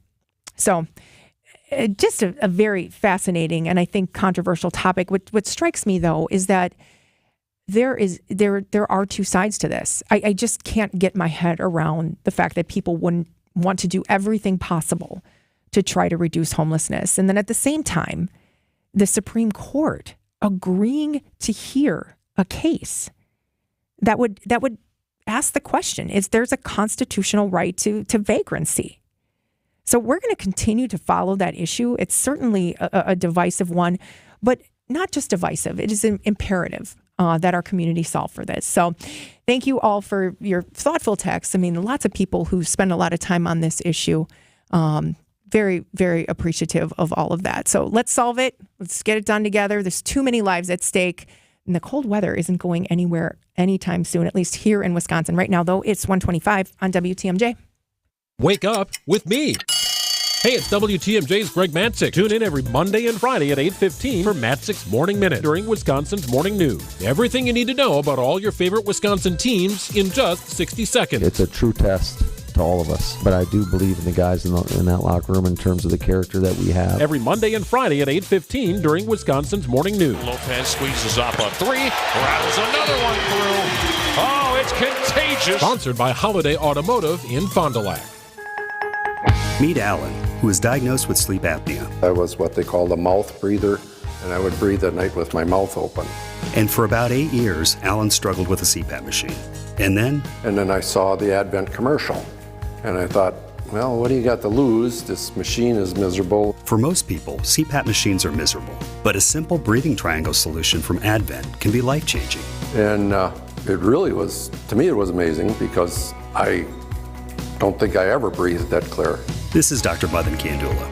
After having one of Advent's simple breathing triangle procedures, people are amazed at how freely and clearly they can breathe. I'm happy with the procedure. I'm very glad I did. I wish I would have done it 20 years ago. I could have avoided that machine I had to have laying next to the bed with the hose wrapped around my head. Schedule your appointment at adventknows.com because Advent knows when you breathe well, you live better. Results may vary. Outdoor living is a cherished experience here, especially in the warm season. Outdoor Living Unlimited is a local family-owned company that will revolutionize outdoor living at your home. Visualize your home and yard with an in-ground pool, screen room, pergola, patio, pavers, deck, even an outdoor kitchen. Get with Outdoor Living Unlimited and put that dream into action. The honest, reliable artists and craftsmen will be honored to work with you. OutdoorLivingUnlimited.com. The hit Wisconsin musical is back. Guys on Ice, the ice fishing musical, returns to Milwaukee Rep this winter. A day on the lake is easy when the jokes are funny, there's beer in the bucket, and the fish keep on biting. Join two best friends in their shanty up north as they spin wit, wisdom, and side-splitting songs about life, love, and the one that got away. Get ready for Guys on Ice, now celebrating 25 years of laughter, playing now through March 17th. Get tickets at MilwaukeeRep.com.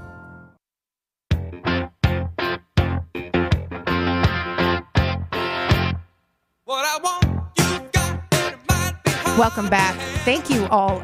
Again, great texters from the 414. We've got 920-262, bringing up all kinds of other issues regarding homelessness and answering the question, should it be a choice or should we be doing everything possible to try to solve for it? And, a lot of people bringing up the issue of housing and affordability, the fact that they can't afford rent. That is an issue. But there are many, many programs in place, and I'm not speaking from firsthand experience. What I'm speaking from is just understanding that there are systems in place and that there is outreach happening. I did see it happen with County Executive Chris Abele. In my field, when I work in commercial real estate, we talk about safety and community development. Homelessness and shelter is a big part of that. And we'll talk about affordability. I will talk about affordability. Maybe we'll talk about that tomorrow. We maybe get some experts on the line to discuss that and some of the programs that are available. But certainly when it comes to homelessness and being left in these vulnerable situations, we certainly need to be working with every program and every asset possible to help end this and not be holding this up and saying, yeah, well, they can't afford rent, so we're just going to let them be homeless. We need to be working harder to help those people find a way forward. All right, we're going to change gears here. And we have a caller in, a friend and guest. I'm going to tee this up just for a second. Education is key to our state success and to our state in general.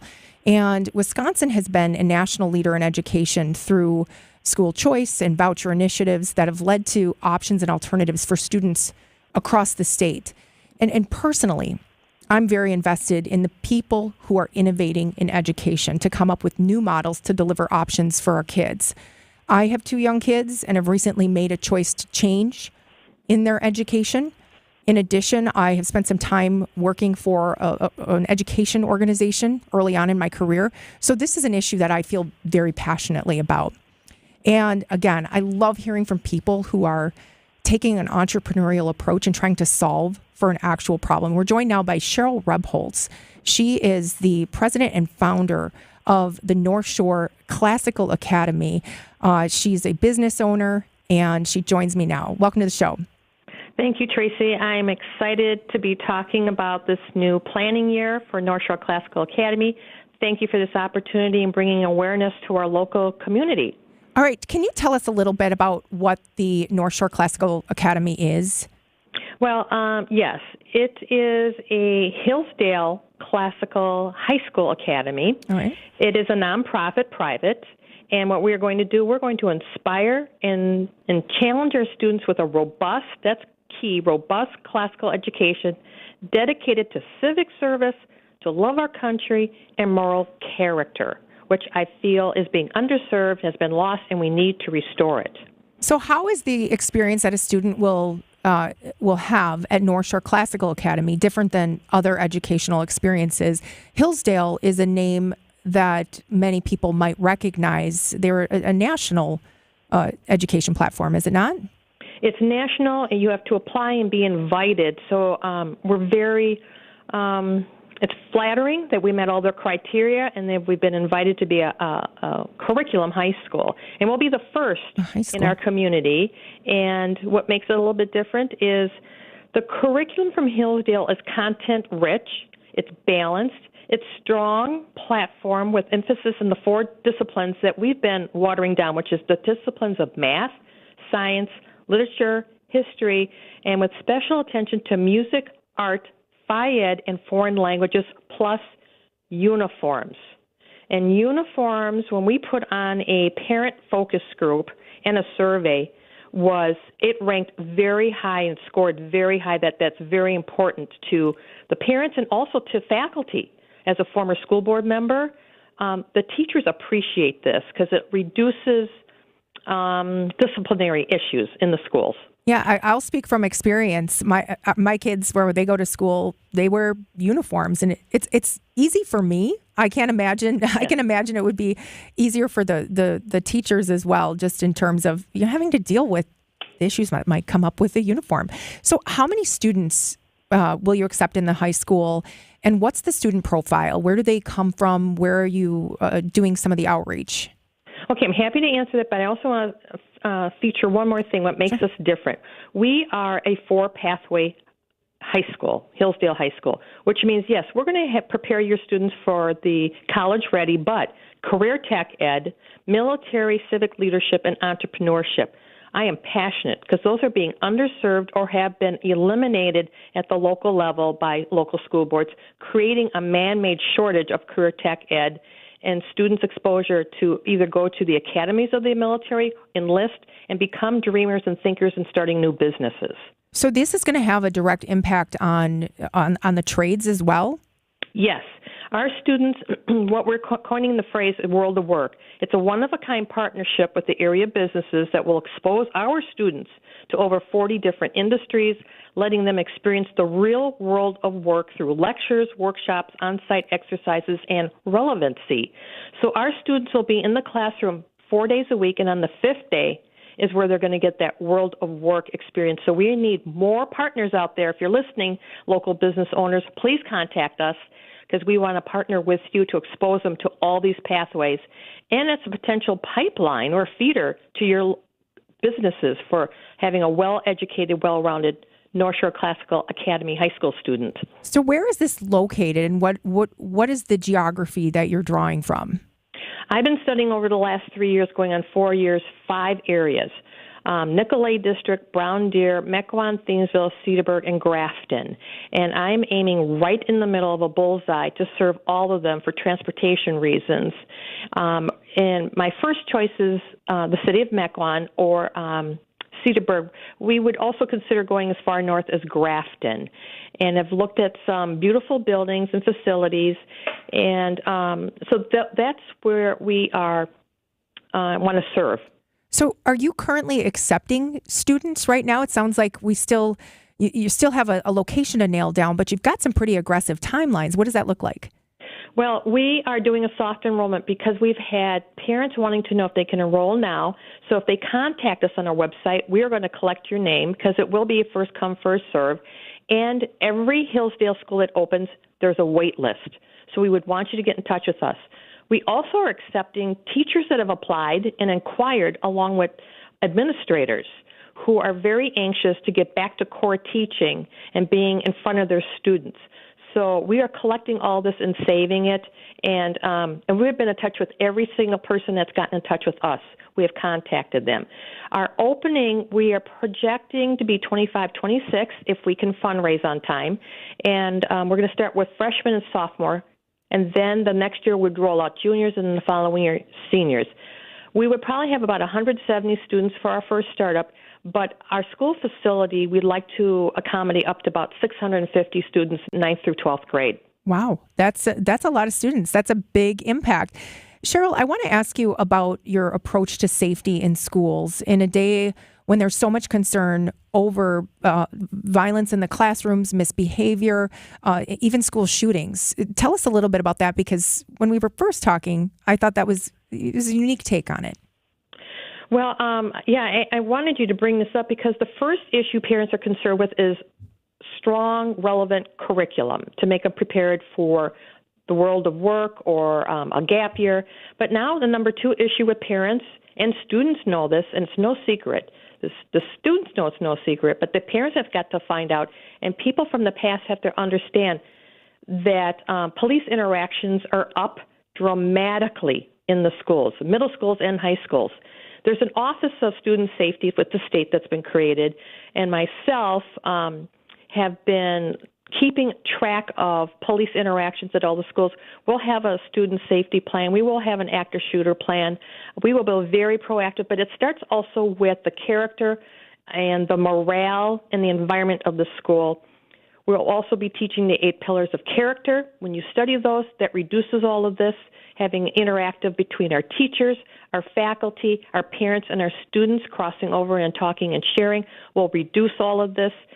Being in the school system, I saw what worked, and we will bring best practices so that our students will be exposed to a safe environment, and also the faculty that's the work there. Cheryl Rebholz, the president and founder of North Shore Classical Academy. Cheryl, launching a private school is not an inexpensive endeavor. You are not receiving public money for this school. Can you talk about how your fundraising is going, and if there are any notes on that we should take attention to? Yes, thank you. We started fundraising this past May, and I received, and it was so exciting, we popped a bottle of champagne and celebrated. We got our first angel donor last month, and our angel is Mr. Dick Uline from the Office Supply Company, and we were just for $400,000. He is our first angel and our founder donor. We're hoping out there that other people like him see the value in what we're trying to do to change, to make a difference. And so please match him, or please contact us and be another. We need another Dick Uline. We know you're out there. No, that's great, and congratulations. I mean, that's a big get, and I know that those kinds of gifts are not just freely given out there. So, first of all, why is this important, and where can we find more? Well, it's important, and we also have a foundation that believes in us, and they will match anybody's donation 100% between now and June 1st. So please, if you have a $100 donation, it'll be matched to another $100. If we get $5,000 or $10 $5,000 donations, we will have met their benchmark. There's been a lot of interest. We've had over 60 donors. We are halfway to our goal. It's been cut in half dramatically. We're very excited. How you can find out more, please go to our website. We have over 20,000 subscribers, and we have a comment box. Contact us, donate to us. Please, if you're out there, let's get in touch. We have wonderful board members, a high-performing team. We have community members that we started 4 or 5 standing committees. This is all grassroots and community-based on the pent-up demand that parents want a choice because the public schools are in turmoil and the curriculum is not meeting the needs of our community. And there's a lack of transparency from our school boards, and the parental rights are being ignored. We are going to do the opposite. Thank you so much. Cheryl Rebholz, president of North Shore Classical Academy, and that website is ncawi.org, www.ncawi.org. Thank you so much, and congratulations on that angel gift from Dick Eline. Thank you so much. All right. Thank you. Take care. All right. Bye now. That was Cheryl Rebholz talking about innovation in education, offering other options for parents who are so desperately looking to meet and exceed their children's need for education in Wisconsin. All right, it's 1:40 on WTMJ. We'll be back with more after the break. Valentine's Day is here. This year, give the ultimate gift. Name a star after your sweetheart. This is Rocky Moselle with International Star Registry. For 45 years, we've named millions of stars for celebrities, dignitaries, and individuals worldwide. For $59 and a call to 800-282-3333 or visit starregistry.com, you can give the most memorable gift. The star you name will be recorded in book form in the U.S. Copyright Office. Visit starregistry.com or call 800-282-3333. Pizza's here. Oh, great. I'd love some, but I'm worried about my stomach issues. If you're worried about having diarrhea, gas, bloating, stomach pain, or loose, oily stools, it may not just be stomach issues. It could be a condition called exocrine pancreatic insufficiency, or EPI. With EPI, the pancreas doesn't release enough enzymes to break down food, but EPI is manageable. Use the symptom checker on identifyepi.com and talk to your doctor. That's identifyepi.com. Sponsored by AbbVie. With the help of Less's Glass, you can have the shower you've always wanted. Heavy glass shower enclosures from Less's Glass are installed by the best in the business. And when you have a showroom to visit with over a dozen glass shower enclosures on display, there's no guessing games. See the ultimate in frameless shower design with doors mounted on smooth as silk, stainless steel barn-style rollers. This design combines the beauty and elegance of heavy glass with a minimalist look to create an ideal shower enclosure for tight spaces. Premium shower doors and custom-designed all-glass enclosures. When you work with Less's Glass, you're working with a company that really can do it all. This is Stacy Sinks with Less's Glass Service. If it's a new glass shower door, fogged or broken insulated glass replacement, or affordable glass and mirror home decor that you've been looking for, you just can't pass on Less's Glass. Less's Glass Service, serving all of southeastern Wisconsin. Find us at lessglassservice.com.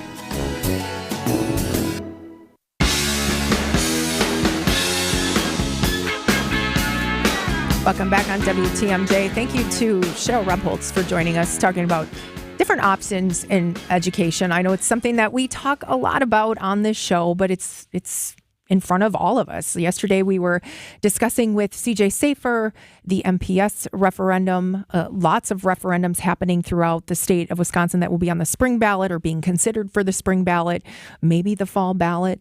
So we have a lot to think about and a lot to discuss when it comes to education. Are there private options? Are there alternative options? We saw late last year, the announcement of St. Augustine Prep opening up near Brown Deer that was funded by the Ramirez family through their foundation. But people are looking for other options. What we have just isn't working, or it's not the great fit. When you think about it, kids only have a few short years, and we need to get it right, whatever that is. So do the hard work up front. Look at the opportunities in the organizations that reflect what you believe your child's education should be, and get it right. Bouncing around isn't always the best option, but doubling down on a bad fit, I think, could count as cruelty. And I'm not a one-size-fits-all type person. And as I mentioned in my interview with Cheryl, I had to confront some changes that I needed to make and I wanted to make. And it wasn't hard, or it wasn't easy. It was very hard. And it took a lot of time. It took a lot of reflection. But we ultimately, I think, found the best fit for our kids. And I think I'm so lucky and so blessed to be able to have an option, to have an opportunity to even consider an option. So many kids in our community and so many kids just don't have a choice, whether it's affordability, whether it's location, whether it's access to the information. And any program, any initiative that makes it clearer and more transparent, I think is one that should be celebrated and one that we should be talking about. Big thanks to Cheryl for joining us and telling us about North Shore Classical Academy. Right now it's 1:45 on WTMJ. Accunet Mortgage is an equal housing lender. NMLS ID 255368. Chris and Tim closed their first loan with Accunet $116,000 ago in terms of the median sales price in southeastern Wisconsin. We helped their daughter buy a home earlier this year, and now we're helping them buy their retirement condo. We're told there were 3 offers, 2 cash offers, and Chris and Tim's offer backed up by an Accunet rock-solid guaranteed pre-approval. All 3 offers were probably over the asking price, but we're surmising Chris and Tim's offer was the highest because when the sellers asked the listing broker if they could count on the offer with the pre-approval letter, the answer was simply, Accunet really does their homework. It's not easy to beat a cash offer over the asking price, but that's exactly what Tim and Chris did with some help from their trusted family mortgage lender. If you don't think the lender's name on your pre-approval letter matters, think again. It's still a seller's market in the Badger State, so click on the blue button at Accunet.com today to get started with your rock-solid guaranteed pre-approval. That's ACCUNET.com. This is Brad Youngbluth with Semper Fi Roofing and Exteriors, your local veteran-owned and operated exterior remodeling company. The Energy Star ratings for windows are getting a lot tougher to get the tax credit, so you're going to want to take advantage of. Fortunately, we still have options that will qualify you for those tax credits. Now, I can sit here and talk benefits of this product or what's great about that product. So can everybody else. But what a lot of operations can't do is with complete confidence stand behind the crew that's going to be on that next job. Talk is cheap, I get it, but our people are exceptional. How do I know? Because me and Vito handpick every single person that makes our team. Some make the cut, a lot don't. And that's why you can be confident that the windows we install for you will be top quality, installed right, and that you're going to get great service. And that's never failed us. So for your home's new windows, you can count on Semper Fi to keep you safe, warm, and dry. We keep you safe, warm, and dry, Semper Fi. Since 1964, we've changed your tires and so much more. Richland's Tire and Service, such a refreshing change. Richland's. Vince Vitrano for Connect Chiropractic. Been seeing Dr. Alex and his team since the summer. Different kind of chiropractic care. No twisting, no cracking, no popping. They use a special tool for all your adjustments. It's not just for a sore back or neck. Adjustments that can help your body better adapt to stress. Connect Chiropractic is hosting a workshop in January on this very topic. Details coming to the website soon. And coming in early 2024, a new Connect Chiropractic location in Delafield. So much happening at Go Connect Chiro. That's GoConnectChiro.com. If you're like me, you always like to add a little something new to the wardrobe. But when money's tight, it makes it harder. And that's why you shop at St. Vincent de Paul for a terrific selection of women's clothing at thrift store prices. Brand names, too, with a selection that's always up to date and looking great. You're going to find something cute at the right price, and you're going to love it. St. Vincent de Paul thrift stores on Highway 100 in Layton and Greenfield, and 23rd in Lincoln in Milwaukee. Ooh, you're going to love it. St. Vincent de Paul.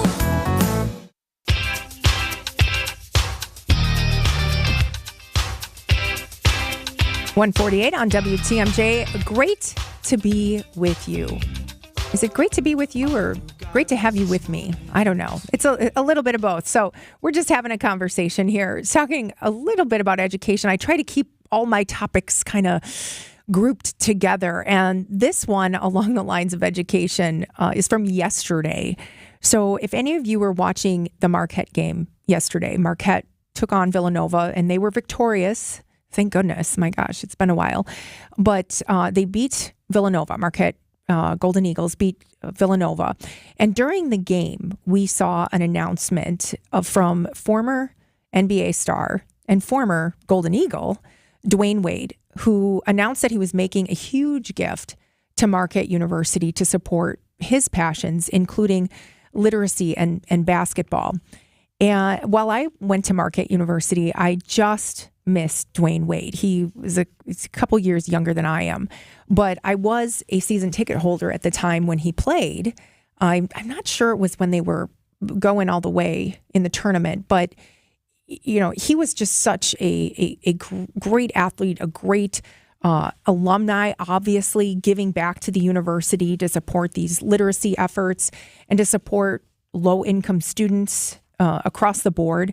And the fashion in which he did it, I thought was just so wonderful in the fact that he just handled it with such grace. And even though he is a megastar in this community, a megastar when it comes to NBA basketball, just across the board, I mean, he's just so grateful. And $3 million to the school for these literacy programs is such a great gift. And I know from the way that Marquette University acknowledges those gifts, this is going to go a long way. I wouldn't be surprised if something like this was used to amplify other giving around some of these programs. But, when you can have a superstar like Dwayne Wade make such a gift like this and bring so much attention to the programming and to the work of the university, I think it's a great thing. I mean, not only did this story make the Milwaukee Journal-Sentinel, but it was on ESPN as well. So Dwayne Wade making a huge gift to Marquette University, $3 million to the university for their programming. So, just a great time to be in Milwaukee, a great time to be a basketball fan, a great time to be a sports fan, right? So coming up in the next half hour, in the next hour, we're going to talk about the controversy that was brewing with the NFL and NBC Peacock. I'm not sure it was really discussed, but I was going to talk about this yesterday and we just ran out of time. I'll lay the issue out, though, in the 2 o'clock hour, and then you're going to want to stick around for 2:30. We're going to talk about Gen Z and hiring. I had an interesting conversation with my dentist over the weekend, and it made me think about jobs and hiring and employment and generations. It's a topic that I love to talk about. It's a topic that hits close to home for many of you. So we will discuss that, but when we come back, I got a quick drop I think you're going to enjoy. I think you're going to find it's funny. And then we'll head into 2 o'clock hour. Right now, though, it's 1:52 on WTMJ. WTMJ Now with Steve Scafidi. Even the state of Wisconsin by 2028 will have legalized recreational marijuana. Get the latest news. The fact that the Iowa caucuses lead us off as a measure of who should be the nominee makes zero sense. Hear the opinions. That attitude is exactly what Donald Trump is, former president. My way or the highway. Everybody else sucks. You're stupid. I'm a genius. All in Wisconsin. Weekdays from 9 to noon on WTMJ. Hey, Gene Miller here. The heart of winter is the best time to call my friends at Hometown Windows and Doors. Save heating and cooling dollars down the road with energy-efficient replacement windows and doors from brands like Pella, Anderson, Marvin, and more. Hometown is your local source for wood, vinyl, or fiberglass, plus all of their products are installed by employee carpenters. Stop into their newly remodeled showroom in New Berlin and see the Hometown difference. That's Hometown with an E for your every window and door need. HometownWindows.com. The special Milwaukee Auto Show Advanced Discount Ticket Offer has been extended to January 21st. Turns out a lot of people want to come to the auto show. Get your auto show tickets now at a big discount. Buy a single ticket, or how about a pair of tickets for date night? Or you can buy a family 4-pack and take everybody. They can see all the latest vehicles, including cars, trucks, SUVs, luxury cars, and much more. For advanced discount tickets, go to AutoShowMilwaukee.com. That's AutoShowMilwaukee.com. Staples stores provide innovative products and services for small business, remote workers and learners, even teachers and parents. Explore more at your local Staples store. The hit Wisconsin musical is back. Guys on Ice, the ice fishing musical, returns to Milwaukee Rep this winter. A day on the lake is easy when the jokes are funny, there's beer in the bucket, and the fish keep on biting. Join two best friends in their shanty up north as they spin wit, wisdom, and side-splitting songs about life, love, and the one that got away. Get ready for Guys on Ice, now celebrating 25 years of laughter, playing now through March 17th. Get tickets at MilwaukeeRep.com.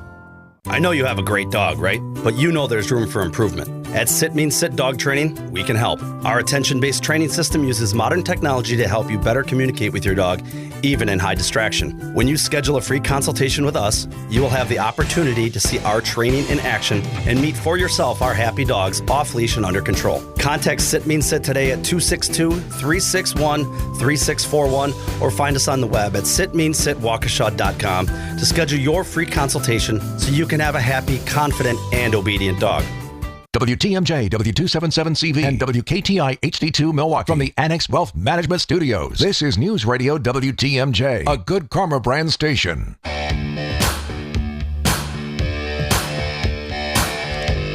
These cold temperatures are no doubt a concern. We obviously wreaking havoc on communities, on people's lives, on events all across the city. But in light of the cold temperatures, I kept thinking about all the people with electric vehicles. Okay, not just the cold temperatures affecting the electric vehicles, but the fact that a lot of people didn't have power, but they own electric vehicles. I just always, in my mind, I'm like, how does that work? I mean, what do you do? Obviously, you have to plan accordingly, but wouldn't that be an issue?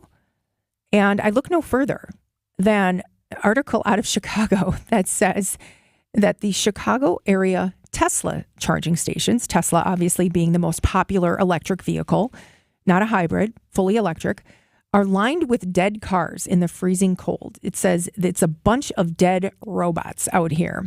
The story goes on to say that despite Tesla owners in and around Chicago, we're seen trying to charge their vehicles with no luck amid the frigid temperatures that have gripped the Midwest. Charging stations have essentially turned into graveyards in recent days as temperatures have dropped to negative below digits. So these Tesla owners, I would probably guess that most electric car owners are going to these charging stations and there's just no juice. They're just not able to make the connection, or the charging is just so slow that these vehicles just can't collect a charge. So, what's happening? Well, you've got all these abandoned, dead Teslas all over the streets. And I don't think we're seeing that as much here in Wisconsin, although we did talk about a lot of dead cars along the freeway. I'm not sure if any of them were electric vehicles or Teslas. But that is a really, really important factor for us to be considering, especially in the Midwest. And I know that electric vehicle owners have this down and they think about it and all of that, and they've planned accordingly for it. But just more broadly, as we have this discussion about introducing additional charging stations, public charging stations, private charging stations, whatever, just what is their availability, number one, and what is their impact and effectiveness, especially when the temperatures are so cold like this? It really makes me think about moving completely to electric vehicles. And what would happen if we had significant power outages? I'm sure somebody has a plan for it, but I don't know what it is. So hopefully all of those who have Teslas in the Chicago area are finding a way to charge their vehicles and get out of the cold themselves. But man, the visual on this is just it's just staggering. An unintended consequence, I guess, of electric vehicles. We continue to talk about this, right? We always have an interesting take and a story on electric vehicles here on WTMJ. Right now, though, it's 1:58. I'm Tracy Johnson. It's the last resort that comes with a grueling and painful recovery. And from what I've been told, it never really feels quite natural. A total knee replacement may make the pain you're living with eventually go away, but it opens up a Pandora's box of other possible issues. And that's why surgeons who really do care will tell you that it's a last resort. There are other surgeons who cry, "Replace! Replace!" But the physicians you'll find at Rejuvenex are primarily concerned with relief. And you may find out that the relief we give you helps so much so that you may not need to get that total knee replacement. This is Richard Salinas, registered nurse with Rejuvenex Arthritis Clinics. Our FDA-approved pain treatments aid inflammation and lubricate your joints. And in most cases, insurance has been shown to cover the costs. At Rejuvenex, we can alleviate your pain, and that'll rejuvenate your life. Rejuvenex. Alleviate your pain. Rejuvenate your life. Go to rejuvenex.com to request your appointment.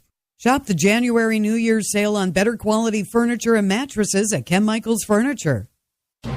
Your locally owned hometown station gives you the news and what it means to you. Wisconsin's radio station, News Radio 620 WTMJ, Milwaukee. At 2 o'clock, it is 2 degrees. Today, we're going to have very cold temperatures. It's a high of just 4. Wind chill could be down to minus 30 from the WTMJ Breaking News Center. The city of Milwaukee is suspending garbage and recycling collections for the rest of the day due to that dangerously cold temperatures. They're also planning to have limited shifts for crews on Wednesday. It's not the only thing impacting the city, as it has seen the closure of Milwaukee public schools today due to the cold. The city says that they're going to have to work on Saturday to catch up on garbage collection. Drop-off sites are also closed and will reopen tomorrow. Harley Davidson is out with details about this year's Homecoming Festival. The Red Hot Chili Peppers will headline the Harley-Davidson Homecoming Festival this summer. It'll be held July 25th through the 28th along the lakefront. Jelly Roll and Hardy will also perform during the event at Veterans Park. Offspring and Cypress Hill, among the other musical acts, also set to be there. Harley says a special feature of the festival will be a celebration of Willie G. Davidson, the grandson of co-founder William A. Davidson. Eric Gilstead, WTMJ News. And a new lawsuit has been filed involving that Alaska Airlines flight that had the door plug fly off while they were in the air. IBC's Alex Stone has got the details. In the new lawsuit filed against Boeing and Alaska Airlines by 4 passengers who were on board Alaska Flight 1282, attorneys argue when the door blew out, it caused intense fear, distress, anxiety, trauma, and physical pain to passengers on board. Attorneys saying some passengers sent what they thought were their final text messages to loved ones during the landing. The lawsuit alleges negligence against Boeing and Alaska Airlines and a liability claim against Boeing. Alex Stone, ABC News. Marquette University alum and NBA champion Dwayne Wade announcing a $3 million donation to his alma mater. The donation will grow literacy and scholarships. It'll also pay for a new practice facility for the men's basketball team during a charity weekend with former Golden Eagle teammate Travis Diener in March. Wade told WTMJ his goal in retirement is to give back to the community he called home for 3 years. I've always sat back and said, one day, once my career ends, I want to make sure I do more in the Milwaukee community. Milwaukee gave me so much. The university says when the practice facility is built, the court will be called Dwayne Wade Court, of course. And it's time for news about your money, the WTMJ Annex Wealth Management Market Update. Nothing looking good across the Dow, S&P, and NASDAQ, all down. The Dow is down 320 points, nearly a full percent down. The S&P is down over 0.5% at down 25. The NASDAQ is off by 59 points, and you can be ready with investment, retirement, tax, and estate planning from a fee-only fiduciary. Click the Get Started button at annexwealth.com. Sports, traffic, and weather are coming up next. Sighting Unlimited, WTMJ News time is 2:03. There are many reasons to choose document imaging technology from James Imaging Systems. Chris McLean, co-owner of DBAD Brookfield, the baseball and softball training facility, had his reasons. I think the biggest thing, the important things for me are effective communication and timely response. James Imaging Systems, Kyocera copiers, Kyocera network printers, Kyocera color systems, and the James team that works with you to provide the business technology to help you thrive. Honestly, Candy had a lot to do with it. Candy, your James Imaging Systems sales representative. Candy built great rapport with our general manager right out of the gate. It helps that they're a local business. We're a local business as well. James Imaging Systems, effective communication and local responsiveness. They're a partner. James Imaging is a partner, not a vendor. Kyocera from James Imaging Systems. Call 262-781-7700 or visit jamesimaging.com. James Imaging Systems, your local business technology partner. Your nose is for breathing. Your mouth is for eating. And if you're breathing through your mouth, it's not because your body wants to. It's because it has to, because your nose isn't working properly. And although you've lived like this, it's no way to live, and it's having a significant impact on your life. I know you know this, and I know that taking action isn't always convenient. But at Advent, we've done all we can to make changing your life for the better as easy as possible. I'm Dr. Madan Kandula. With tens of thousands of our patients, a thorough breathing triangle evaluation, along with a simple 20-minute in-office procedure called balloon sinuplasty, has opened their nasal passages, allowing them to breathe freely through their nose for good. And there's a good chance this procedure can do the same for you. We'll help you breathe through your nose again, and it will change your life. Go to AdventKnows.com to schedule your appointment, because Advent knows when you breathe well, you live better.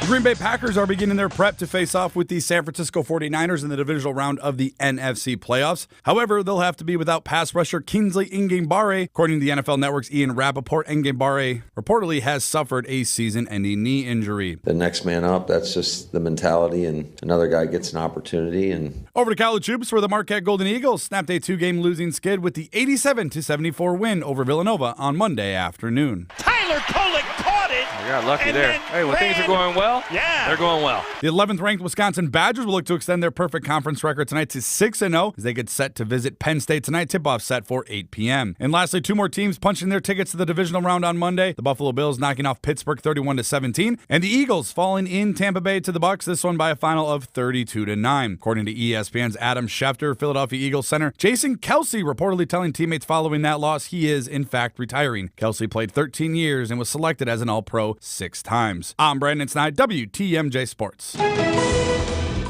Taking a look at your roads, it's your Johnson & Sons paving time saver traffic. We've got an accident on 43 southbound at Good Hope Road, just reported about an hour ago, but the right lane still blocked due to a crash, and we're still seeing a lot of delays there. It's just a little bit north of Good Hope Road, and it's a lot of heavy delays back up to, it looks like it is Silver Spring, I believe. It looks like from 43 into downtown, you're going to be losing about 8 minutes there, a 19-minute ride. That is the only major delay we're seeing. Everything else is looking good. No major accidents. Couple disabled vehicles, but they're all off on the shoulders.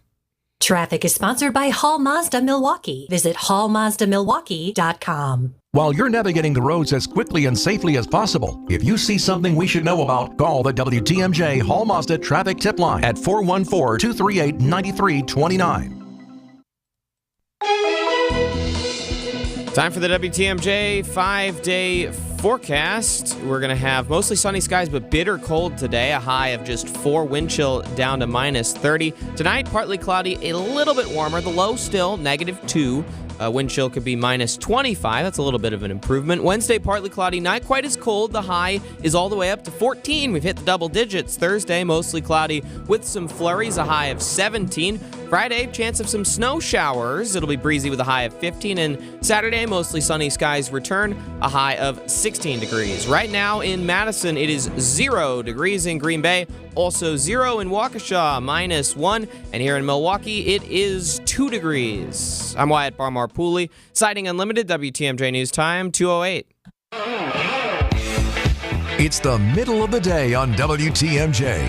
Come join the conversation on the WTMJ Talk and Text line at 855-616-1620. Now, here's Tracy Johnson. Welcome back to the third and final hour of the Tuesday middle of the day show. All right, previously held by Jeff Wagner. I know some people are still asking, where is Jeff? Jeff retired December 15th, 2023. And so I am here in this chair for a couple weeks and days while WTMJ gets their announcement together for what is next in this time slot. And I think I know what's going to happen. It's going to be very exciting. So you'll want to stay tuned for that. All right. Speaking of exciting, if you want to watch us on a streaming service, go to WTMJ.com and hit the watch live button, because it ties to the story we're going to talk about right now. It was a big weekend for sports, especially now with so many playoff games happening across the country. Millions and millions and millions of viewers tune in for those Saturday and Sunday games. And Monday night, we even saw a playoff game that was rescheduled, the Bills and Steelers. And, you know, this is what we do in the United States, is we watch football on TV. Last weekend's game, the Packers game, was on Fox, but a number of other networks obviously carry these games, which brings us to what is now being called the Peacock game. In a move that is raising a lot of eyebrows, NBC, on their platform Peacock, bought the exclusive rights to stream Saturday night's wildcard game between the Kansas City Chiefs and the Miami Dolphins. And it was heralded as the most streamed game in NFL history. 23 million viewers tuned in to watch this game. The story goes on to say, out of the Wall Street Journal, prior to Saturday, the most streamed game came in late November when the Dallas Cowboys defeated the Seattle Seahawks on Thursday Night Football in front of an average of 15.26 million viewers on Prime Video. So this was a big deal, but this was a regular season game. Saturday's viewership spike came as fans outside Kansas City and Miami were required to pay a subscription fee to watch the game. Kansas City's 26-7 victory marked the first playoff game in league history to air exclusively on a streaming network. It goes on to say Peacock's premium subscription costs $5.99 a month and includes live sports. Last week, the service reportedly had 30 million subscribers, as Comcast previously said subscriptions were up 75% over last year. And there's been a bit of, I don't want to say fallout, but the discussion about, is this the right move by the NFL to be moving to this exclusivity? Because people without this streaming service, whether it was because they didn't have the streaming service in the first place, they couldn't figure out how to get on the streaming service, they were left out in the cold. I know when I was talking to Steve Scafidi about this, and it was a similar story that my husband told me. When your parents are calling you to say, okay, how do I sign up for this service? You got to really think about what's the investment of time worth. And again, what's causing the greatest ire here is that the NFL, what they did is they took the money from Peacock. So Peacock and NBC paid $110 million for this exclusivity to be able to stream the game. And, there's this concept of, the price of acquisition. And so what NBC was doing is they were saying, okay, we want to get more people onto this streaming platform and capture new viewership and new subscribers. And what better way to do this than through capturing this audience? I mean, if you like NFL football, if you like playoff football, you're going to subscribe to this. You're going to figure out a way to get on this platform, whether it's legal or illegal. I don't know. I mean, some people probably shared passwords or something if you can do that. But I heard a lot of people unhappy about this because they thought it was the NFL being greedy and, trying to create barriers to watch this game. Now, people in the local markets could watch, but those outside, which is a huge portion of the viewership, had to pay for the service. And, it begs the question, are you okay with this move by the NFL and NBC to use this much anticipated game to capture subscribers? Is this just what businesses do? Or is there some bigger ethical question for the NFL to say, can you really ethically do this? I mean, these games often were available for no charge. And I know that streaming and these platforms are changing over time. And, but a playoff game, I know there are a lot of people who are very upset about this. And we haven't seen any comments by the NFL, who is being scrutinized for this. I believe the governor, a congressman, Congressman Pat Ryan said the NFL has decided to rip off fans with the playoff game streaming on Peacock. So is this a ripoff? Is this a bad move by the NFL? And should they do this moving forward? 855-616-1620. That's the WTMJ talk and text line. Are you okay with this? I also wonder how many subscribers just got on the platform to watch the game and they're going to immediately turn around and unsubscribe or cut the streaming cord or whatever the technical term for that is? Or is this just the way of the world? Is the NFL really being greedy here? They took $10 million from Peacock to exclusively show this playoff game that everybody was going to watch. I'm not sure how much runway they gave people to prepare for this, but fans were in outrage. They were in an uproar. So is this the NFL being greedy? 855-616-1620. That's the WTMJ talk and text line. Your reaction, my response when we return. Your weekly Bucks breakdown is back. They want to win equally as bad as I do. Bucks Weekly on WTMJ. Now he joins a team where you have, as he has put it, the best player in the league. And a new year brings new faces. You'll see that I've gotten better year after year after year after year. Get the latest news, analysis, and insight on your Milwaukee Bucks all season long. Bucks Weekly with Justin Garcia every Monday night at 8 on WTMJ. And catch the podcast wherever you get your podcasts. The next time they ask you what size tires you need, just go to richlawns.com. That's Richlawn spelled with 2 N's. No more trying to read that tiny writing on the side of your old tires or on the inside of your car door. Just go to richlawns.com, click on the year button, then the make and model of your vehicle, and the exact tire size you need. In a multitude of brands and styles. Yet all specific to your vehicle, because at Richlawns, there isn't a tire on the planet we can't get. And every tire we install automatically comes with free flat tire repair, which means you're 100% covered, no questions asked. The next time you're due for tire service, visit richlawns.com. Because free flat tire repair automatically comes with every tire we install. I'm Brett Matchke with Richlawns. You're due for service. Since 1964, we've changed your tires and so much more. Richlawns Tire and Service, such a refreshing change. Richlawns.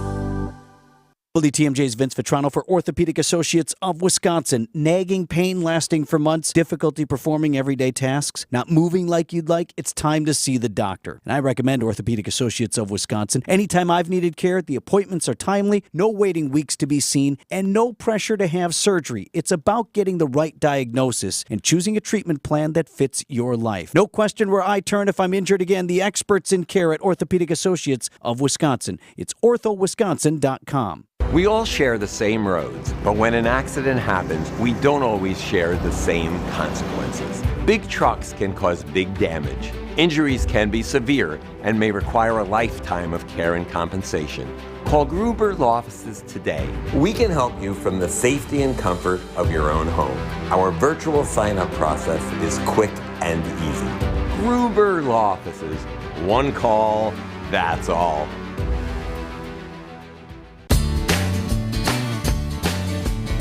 And your great Green Bay Packers are playing San Francisco this weekend. Good luck. So do we have any Green Bay Packer fans here tonight? That's right. And you have a great quarterback who's a good guy. Welcome back on WTMJ. Was the NFL greedy when they decided to make an exclusive deal with Peacock to show this Saturday night playoff game between the Dolphins and the Chiefs? Mike from Illinois, what do you think? Mike, what do you think? Hello? Hi. Yes. Hi. Yes, to answer your question, I do think they were greedy. I was very disappointed and, quite frankly, a little angry. A lot of people already have NFL, prime time, all that stuff they stream already. And then at the last second, they decide to do this. That was a slap in the face to a lot of the fan base. This was a prime time game, two teams that, had good seasons. And a lot of people wanted to watch this game. And then they throw this out at the last minute. And I just think it was a slap in the face to the fan base. Well, so when you say the fan base of the whole NFL, those teams, right? No, it doesn't matter which team you're supporting. It's the NFL. So how much notice did they actually give? That's a good question. As far as I know, it was only a few days. Okay. At the most. Well, and for some people, could have been more. Yeah, and for some people, that's not enough time to really pivot. And who's really paying attention? You would just assume that you would be able to to find this station. So I mean, I'm with you. I agree that this was a money grab. I wonder if it will backfire. Totally. Did you watch the game? Did you end up getting on? Yeah, I think. No, not had watched at a bar, but I think to me they were kind of testing the water to see how fans would react to this, and hopefully they're getting enough negative feedback that they're not going to try this again. Yeah, I agree. Mike, thanks for the call. So clearly these streaming platforms are seeing the benefit of alignment. We see this with product placement, and you see it with other shows that they're shown exclusively on various platforms, but a live television event, a sporting event for America's sport of football. I don't want to offend the baseball people, but NFL football is, this is what we do here. And in a playoff game to make this move, was this really a good business decision? I would wonder, for an NBC as an example. I mean, are they going to have all these people coming onto the platform and then pivoting the other way and then taking their frustration for the NFL out on Peacock? I mean, this was a business decision. Somebody said, hey, this is a good idea. But when I think about who's to blame and who made the bad call, I think it lands squarely with the NFL. We have a lot of people weighing in on this. Somebody said from the 414, this was bad for seniors who can't afford the internet. I mean, so true. I mean, everybody wants to watch football, and to expand their base, this is just an exclusionary move that benefits. Who does it benefit? Okay, so one texter, this is a good point. This could benefit the players because they have a revenue sharing agreement. One caller from the 262 says they'll ultimately lose viewers. Someone from 262 also said, I found something else to watch. And I love the NFL, but this was just too much.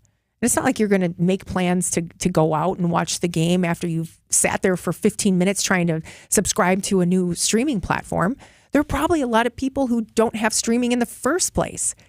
And this would have been their first foray. I mean, I can barely work the remote, right? So to get onto a new streaming platform, that's a big move. Here's an elitist move on their part. It's 201. I believe that the NFL made a bad decision, strong-arming the fans. I think it's disgraceful. Absolutely, this is a terrible decision. Radio play-by-play is good enough for me if viewing requires payment.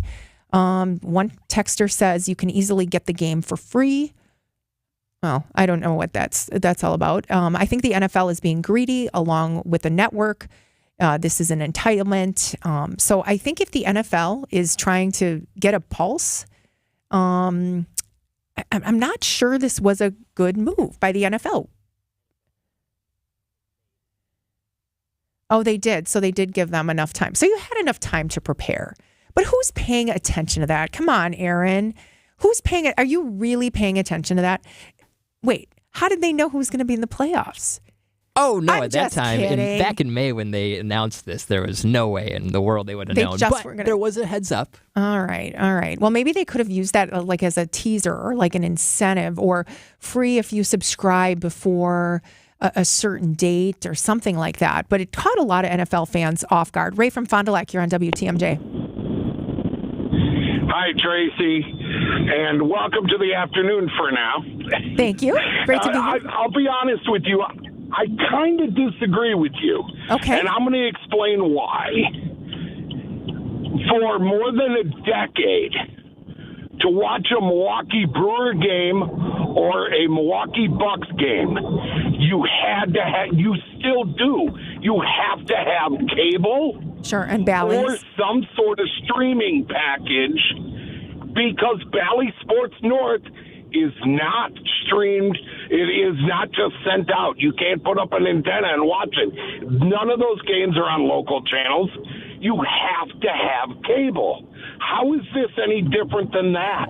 Well, I think maybe some of the frustration, and correct me if I'm wrong, Ray, but it's that the NFL had traditionally been free, and it wasn't a pay for fee. I mean, I know that baseball has an agreement with Bally Sports and what have you, but is football different? And no, in my opinion, it's not. And neither is basketball, which is why you have to pay to have that channel as well.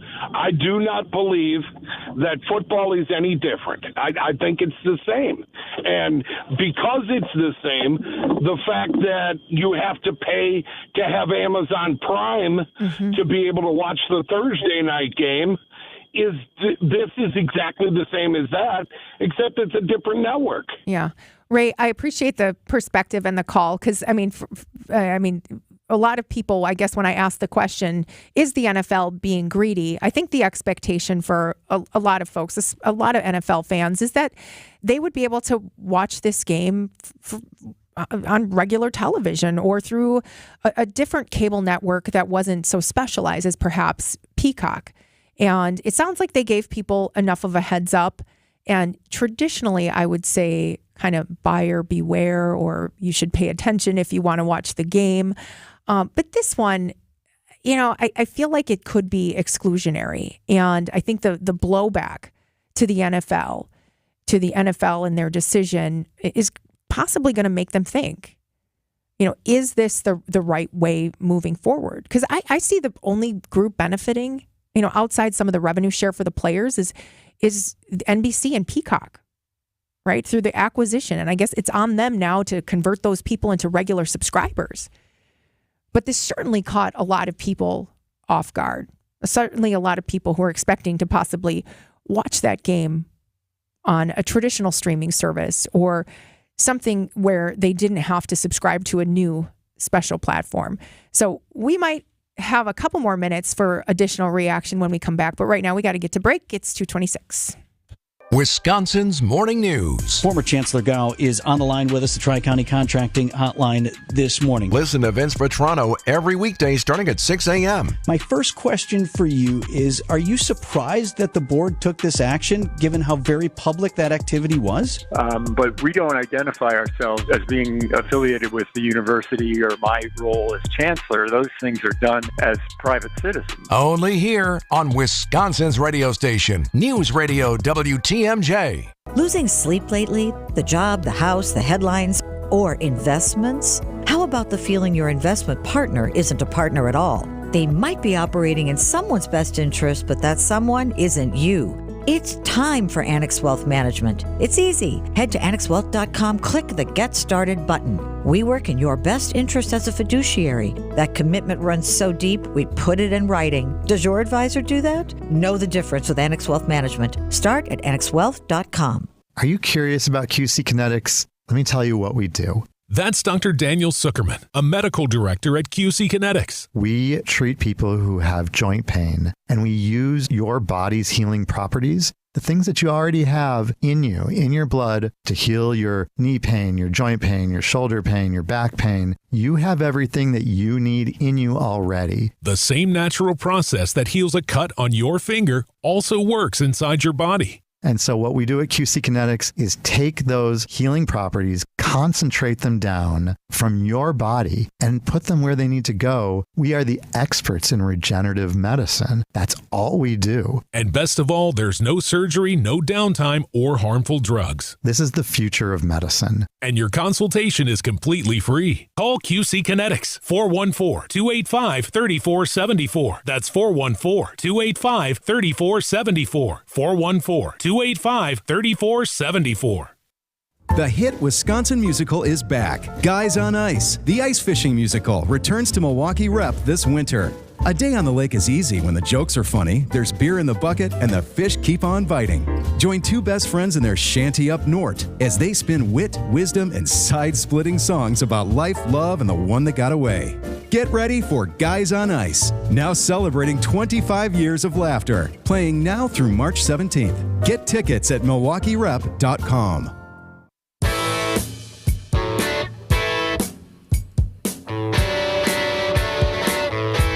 Was the NFL being greedy when they decided to show this Saturday night playoff game exclusively on Peacock. Were they being greedy? We've actually got people across the board, but I think the general sentiment is that the NFL was being greedy. One texter, I didn't know about it till kickoff. Somebody said, I found out about it, went to the bar. I love this one. 262 says this was aimed at the Swifties. Because as we know, Travis Kelce, Taylor Swift, that camera half the time was on Taylor Swift, right? I mean, let's be honest about this. This was aimed at the Swifties. Now, Aaron, you are a sports connoisseur. I mean, does this tick you off? Was this a money grab by Peacock and a bad move by the NFL? This always ticks me off, and I remember when the NFL first started doing Amazon Thursday night games, and it would just drive me incredibly insane when I had a guy playing in fantasy on a Thursday night, and I couldn't even watch the game because I didn't have Amazon. But with that being said, it's just the way of the world. It's the way the world's going right now. I mean, there's no denying that streaming is taking over over cable, I should say. And Roger Goodell is on the record before saying that streaming is a big push for him. He wants to push streaming as the years go by here in the NFL. That seems like it might be like his mission here in his final years as commissioner of the NFL. But it's not surprising. And, to the former caller, Ray, I believe his name was, his point, this is going to keep happening. It's not going to stop with football. It's going to happen with baseball. It's going to happen with basketball. It's already kind of starting to happen in some ways. So it's just the way of the world, Yeah, and it's not just about the subscription service. I would argue too, from a streaming standpoint. I mean, let's talk about breaking the internet, and let's talk about people who don't have access to high speed internet. I mean, and not that, boy, is watching NFL football a right? Do I go back to that? And I mean, the answer is no. I mean, but to try to create barriers, I just wonder if there is a different way for the NFL to not only keep their fans happy, but to be able to even generate additional revenue. I mean, you had mentioned, Aaron, in some of the research that you did, that this was actually commercial free in the fourth quarter.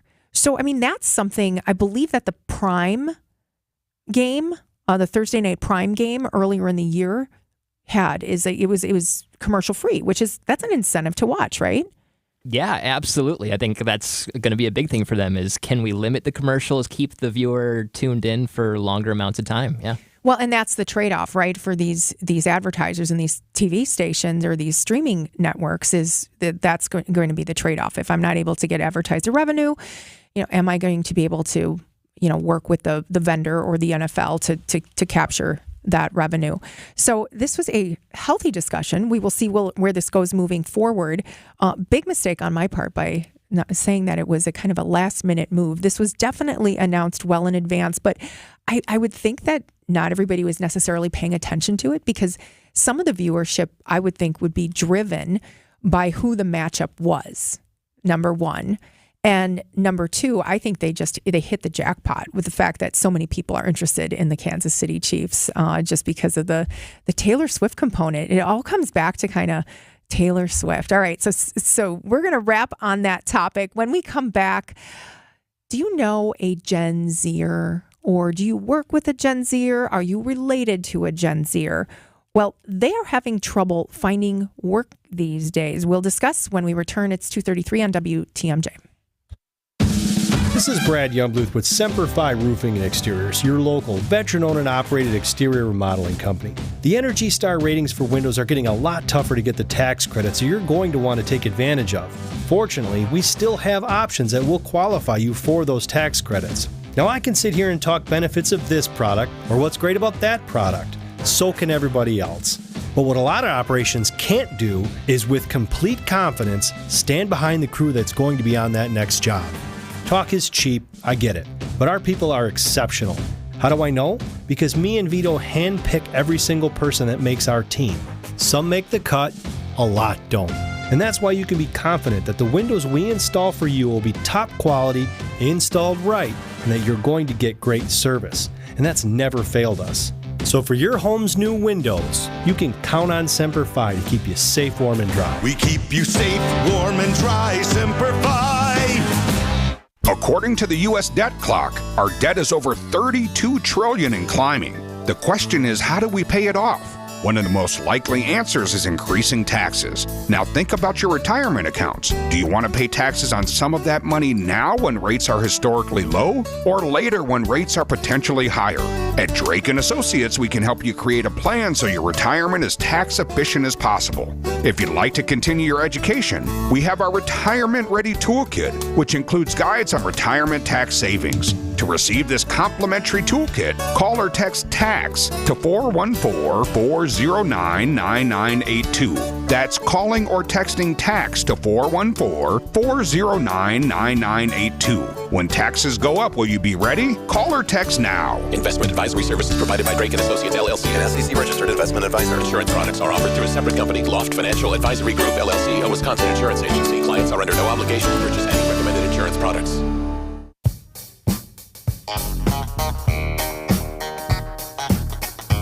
Great to be with you on WTMJ. It's 2:35 in the afternoon. Aaron in the producer booth. We are having a good conversation here. Still, the texts continue to pour in regarding this NFL Peacock relationship. Sports are all about making money, and they don't want to do anything for free. One texter suggests that they predict that the Super Bowl will be shown only for a fee. Could you imagine that? I mean, that's like 100 million viewers. I wonder what the cost of acquisition for something like that would be. That would certainly change the viewing experience. And thinking about the Super Bowl too, there's so much tied up with the commercials. I mean, can you charge on a streaming service and then have people pay that much for those commercials? A lot of things to unpack there. All right, switching on to this topic. What is this publication? Human Resource Director magazine suggests that employers are avoiding the hiring of Gen Z. And this struck me because I was having a conversation over the weekend with a friend who has an adult child. He's 20, 21 years old. And the conversation went like this. I said, "Oh, how's your son doing? I know he graduated. What's he doing?" And this person said, "Well, they're really struggling to find a job.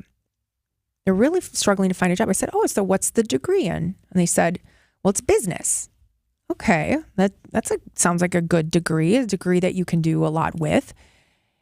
And he went on to say that the struggle was really the fact that these jobs were being filled, but this 20-year-old was being overlooked.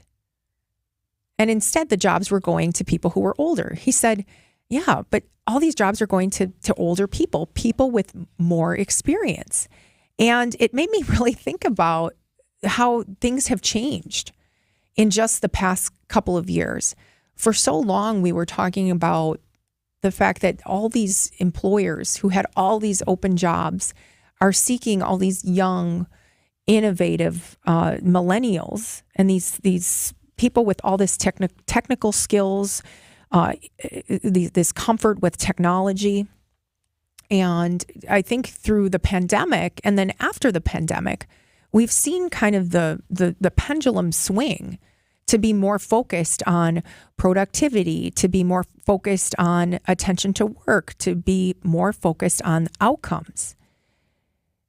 The survey read I'm just going to read some of the highlights. It says that, just to set the stage, the Generation Z are like the kids who are exiting college. I think it's something like 21 to 28 years old. So these are like kind of the young workers. Half of the respondents said that a recent college grad asks for unreasonable compensation. Others pointed out the following offenses by Gen Zs at the hiring stage. Number 1, they struggled to make eye contact. 2, they were dressed inappropriately. 3, they used inappropriate language. 4, they refused to turn on the camera during a virtual interview. What? Or number 5, they brought a parent to the interview. I'm sorry, but that's just a red flag. And so as a result, I think, as a hiring manager, if you have this experience with one Gen Z or one of these recent college grads, you're going to extrapolate this to the whole population. Now, I don't think that's necessarily fair, but I think it does make a larger point that in a day and age when we see jobs going away, we see reductions in headcount, there needs to be much more focus on where are the employers hiring. And we heard this in a conversation about AI, artificial intelligence. Artificial intelligence is going to take jobs. There is just no doubt about it. There are so many jobs that exist today that will not exist in 10 years because of artificial intelligence. Not just being able to do it better, but to do it more efficiently and to do it, so they can measure the outcomes. The jobs that won't go away, however, are the ones that require that human interaction, that require that human contact, whether it's a sales job or a legal profession, medical profession. These jobs are fairly safe moving forward. But this just strikes me as an opportunity for the Generation Z. If you have a young adult, student, child, person that you're related to, and they're looking for a job, they are running into these issues. So, tell them to focus on the eye contact. Make sure that they're dressing appropriately. You got to find a way to differentiate, because at the end of the day, they still bring that unique experience, that access to innovation, that propensity to leverage technology. But here's the point on this. Don't bring your parent to the interview. Don't go to the interview with your Generation Z. And are you seeing this in the workplace, that these young workers are getting looked over for older workers, more experienced workers?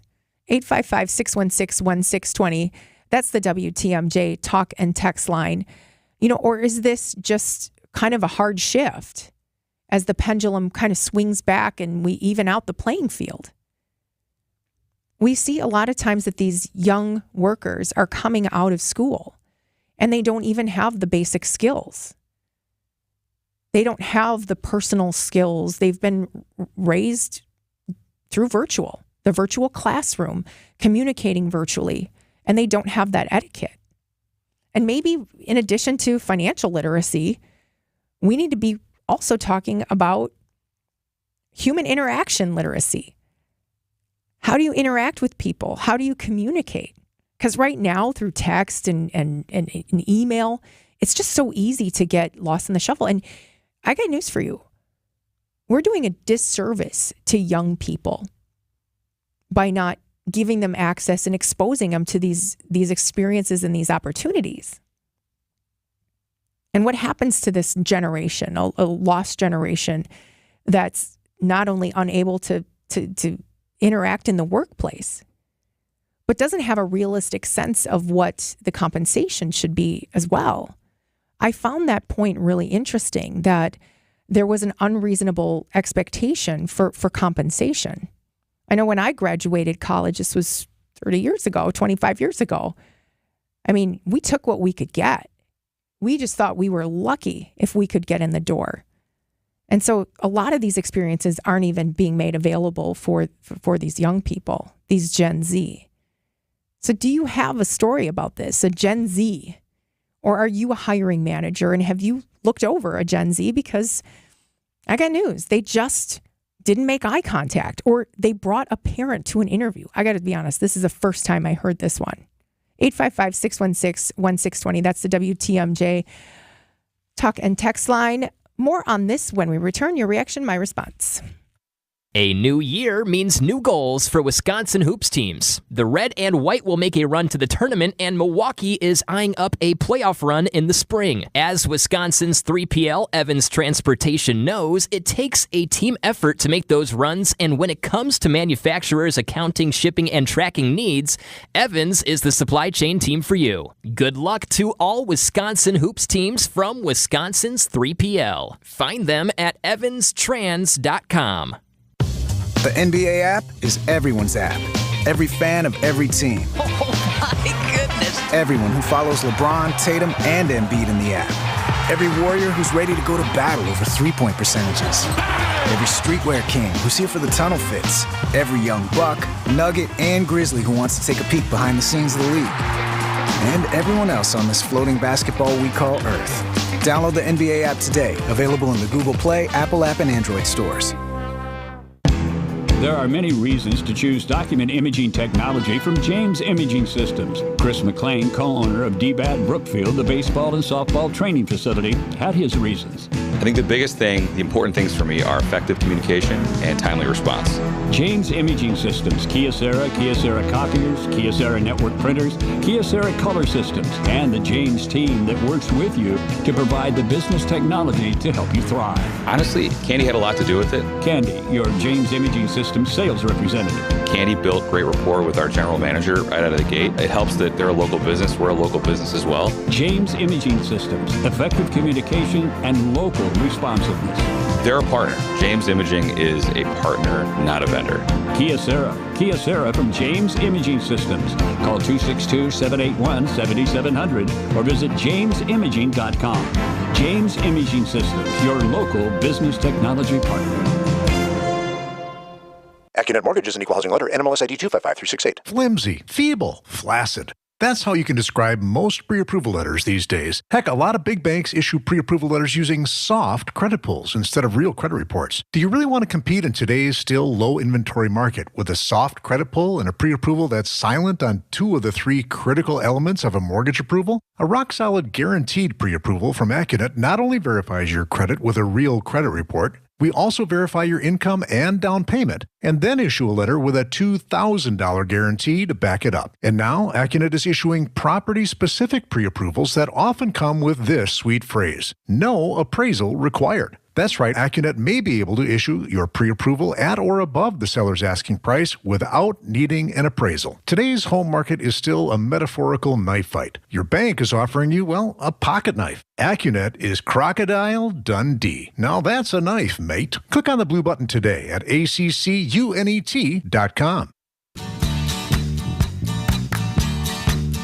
Employers in the U.S. have confessed that they prefer hiring older employees over Generation Z, citing their interview and workplace behaviors. So I ask this question: have you experienced some of the issues that are documented in this survey of why employers are not hiring Generation Z? And I should describe it. I thought it was the 21 through 28. It's actually 12 to 27. So there's a lot of Gen Zers. In fact, I think I am the mother of a Gen Zer. So I am paying close attention to this. In the survey, respondents said that these college grads, these people have college degrees, and they're not performing well in interviews. And when they come to work, or when these stories kind of get out there that these young people just aren't fit right now for the workplace, they're citing that these kids have struggled with eye contact. They dress inappropriately. They used inappropriate language. They brought a parent to an interview. I think a number of respondents are saying, I see younger workers not wanting to necessarily work, not wanting to put the time or energy in. One texter from the 414 says that Gen Z just isn't connecting the dots, and perhaps that has to do with the way that they're raised or the way that they're fed technology and information. So, there's still a lot to be told. Others say, it goes back to parenting. This goes back to parenting and making sure that, you're preparing these kids for success. And I guess when I started talking about this, I didn't realize that I have a Gen Zer. Make eye contact, you guys, because AI is coming for your jobs. And if you're not preparing these kids to be functional and to be good communicators, this is going to be a real problem moving forward. Yes, they have the technology background, and yes, they have the aptitude, but they're just not prepared for what the future holds. So that's a challenge to the colleges as well. I have to just drop in here that I work with a Generation Z, and I work with a number of Generation Z. I mean, it might be particular to my industry in commercial real estate, but I find that many of them are really, really excellent to work with. I find that many of them are great communicators. I find that many of them, are beyond professional. So I guess it's all a matter of what your experience is and what the context is in which you're looking at this, in which lens that you're looking at this. One texter says, these people just aren't prepared. Hey man, when you come in for the job interview, that is a reflection of what you will be like in the job place, in the marketplace. Here's a related story that has to do with workplace. Talks about remote workers losing out on promotions. Well, duh.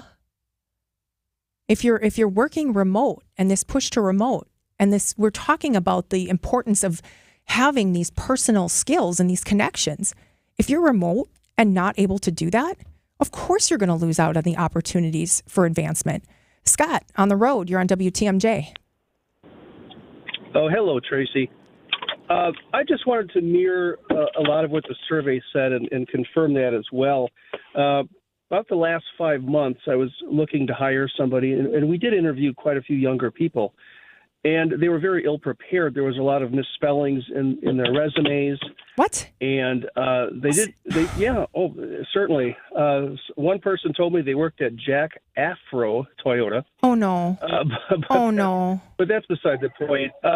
But they couldn't, some of these younger applicants, they couldn't complete a sentence without saying like 3 and 4 times.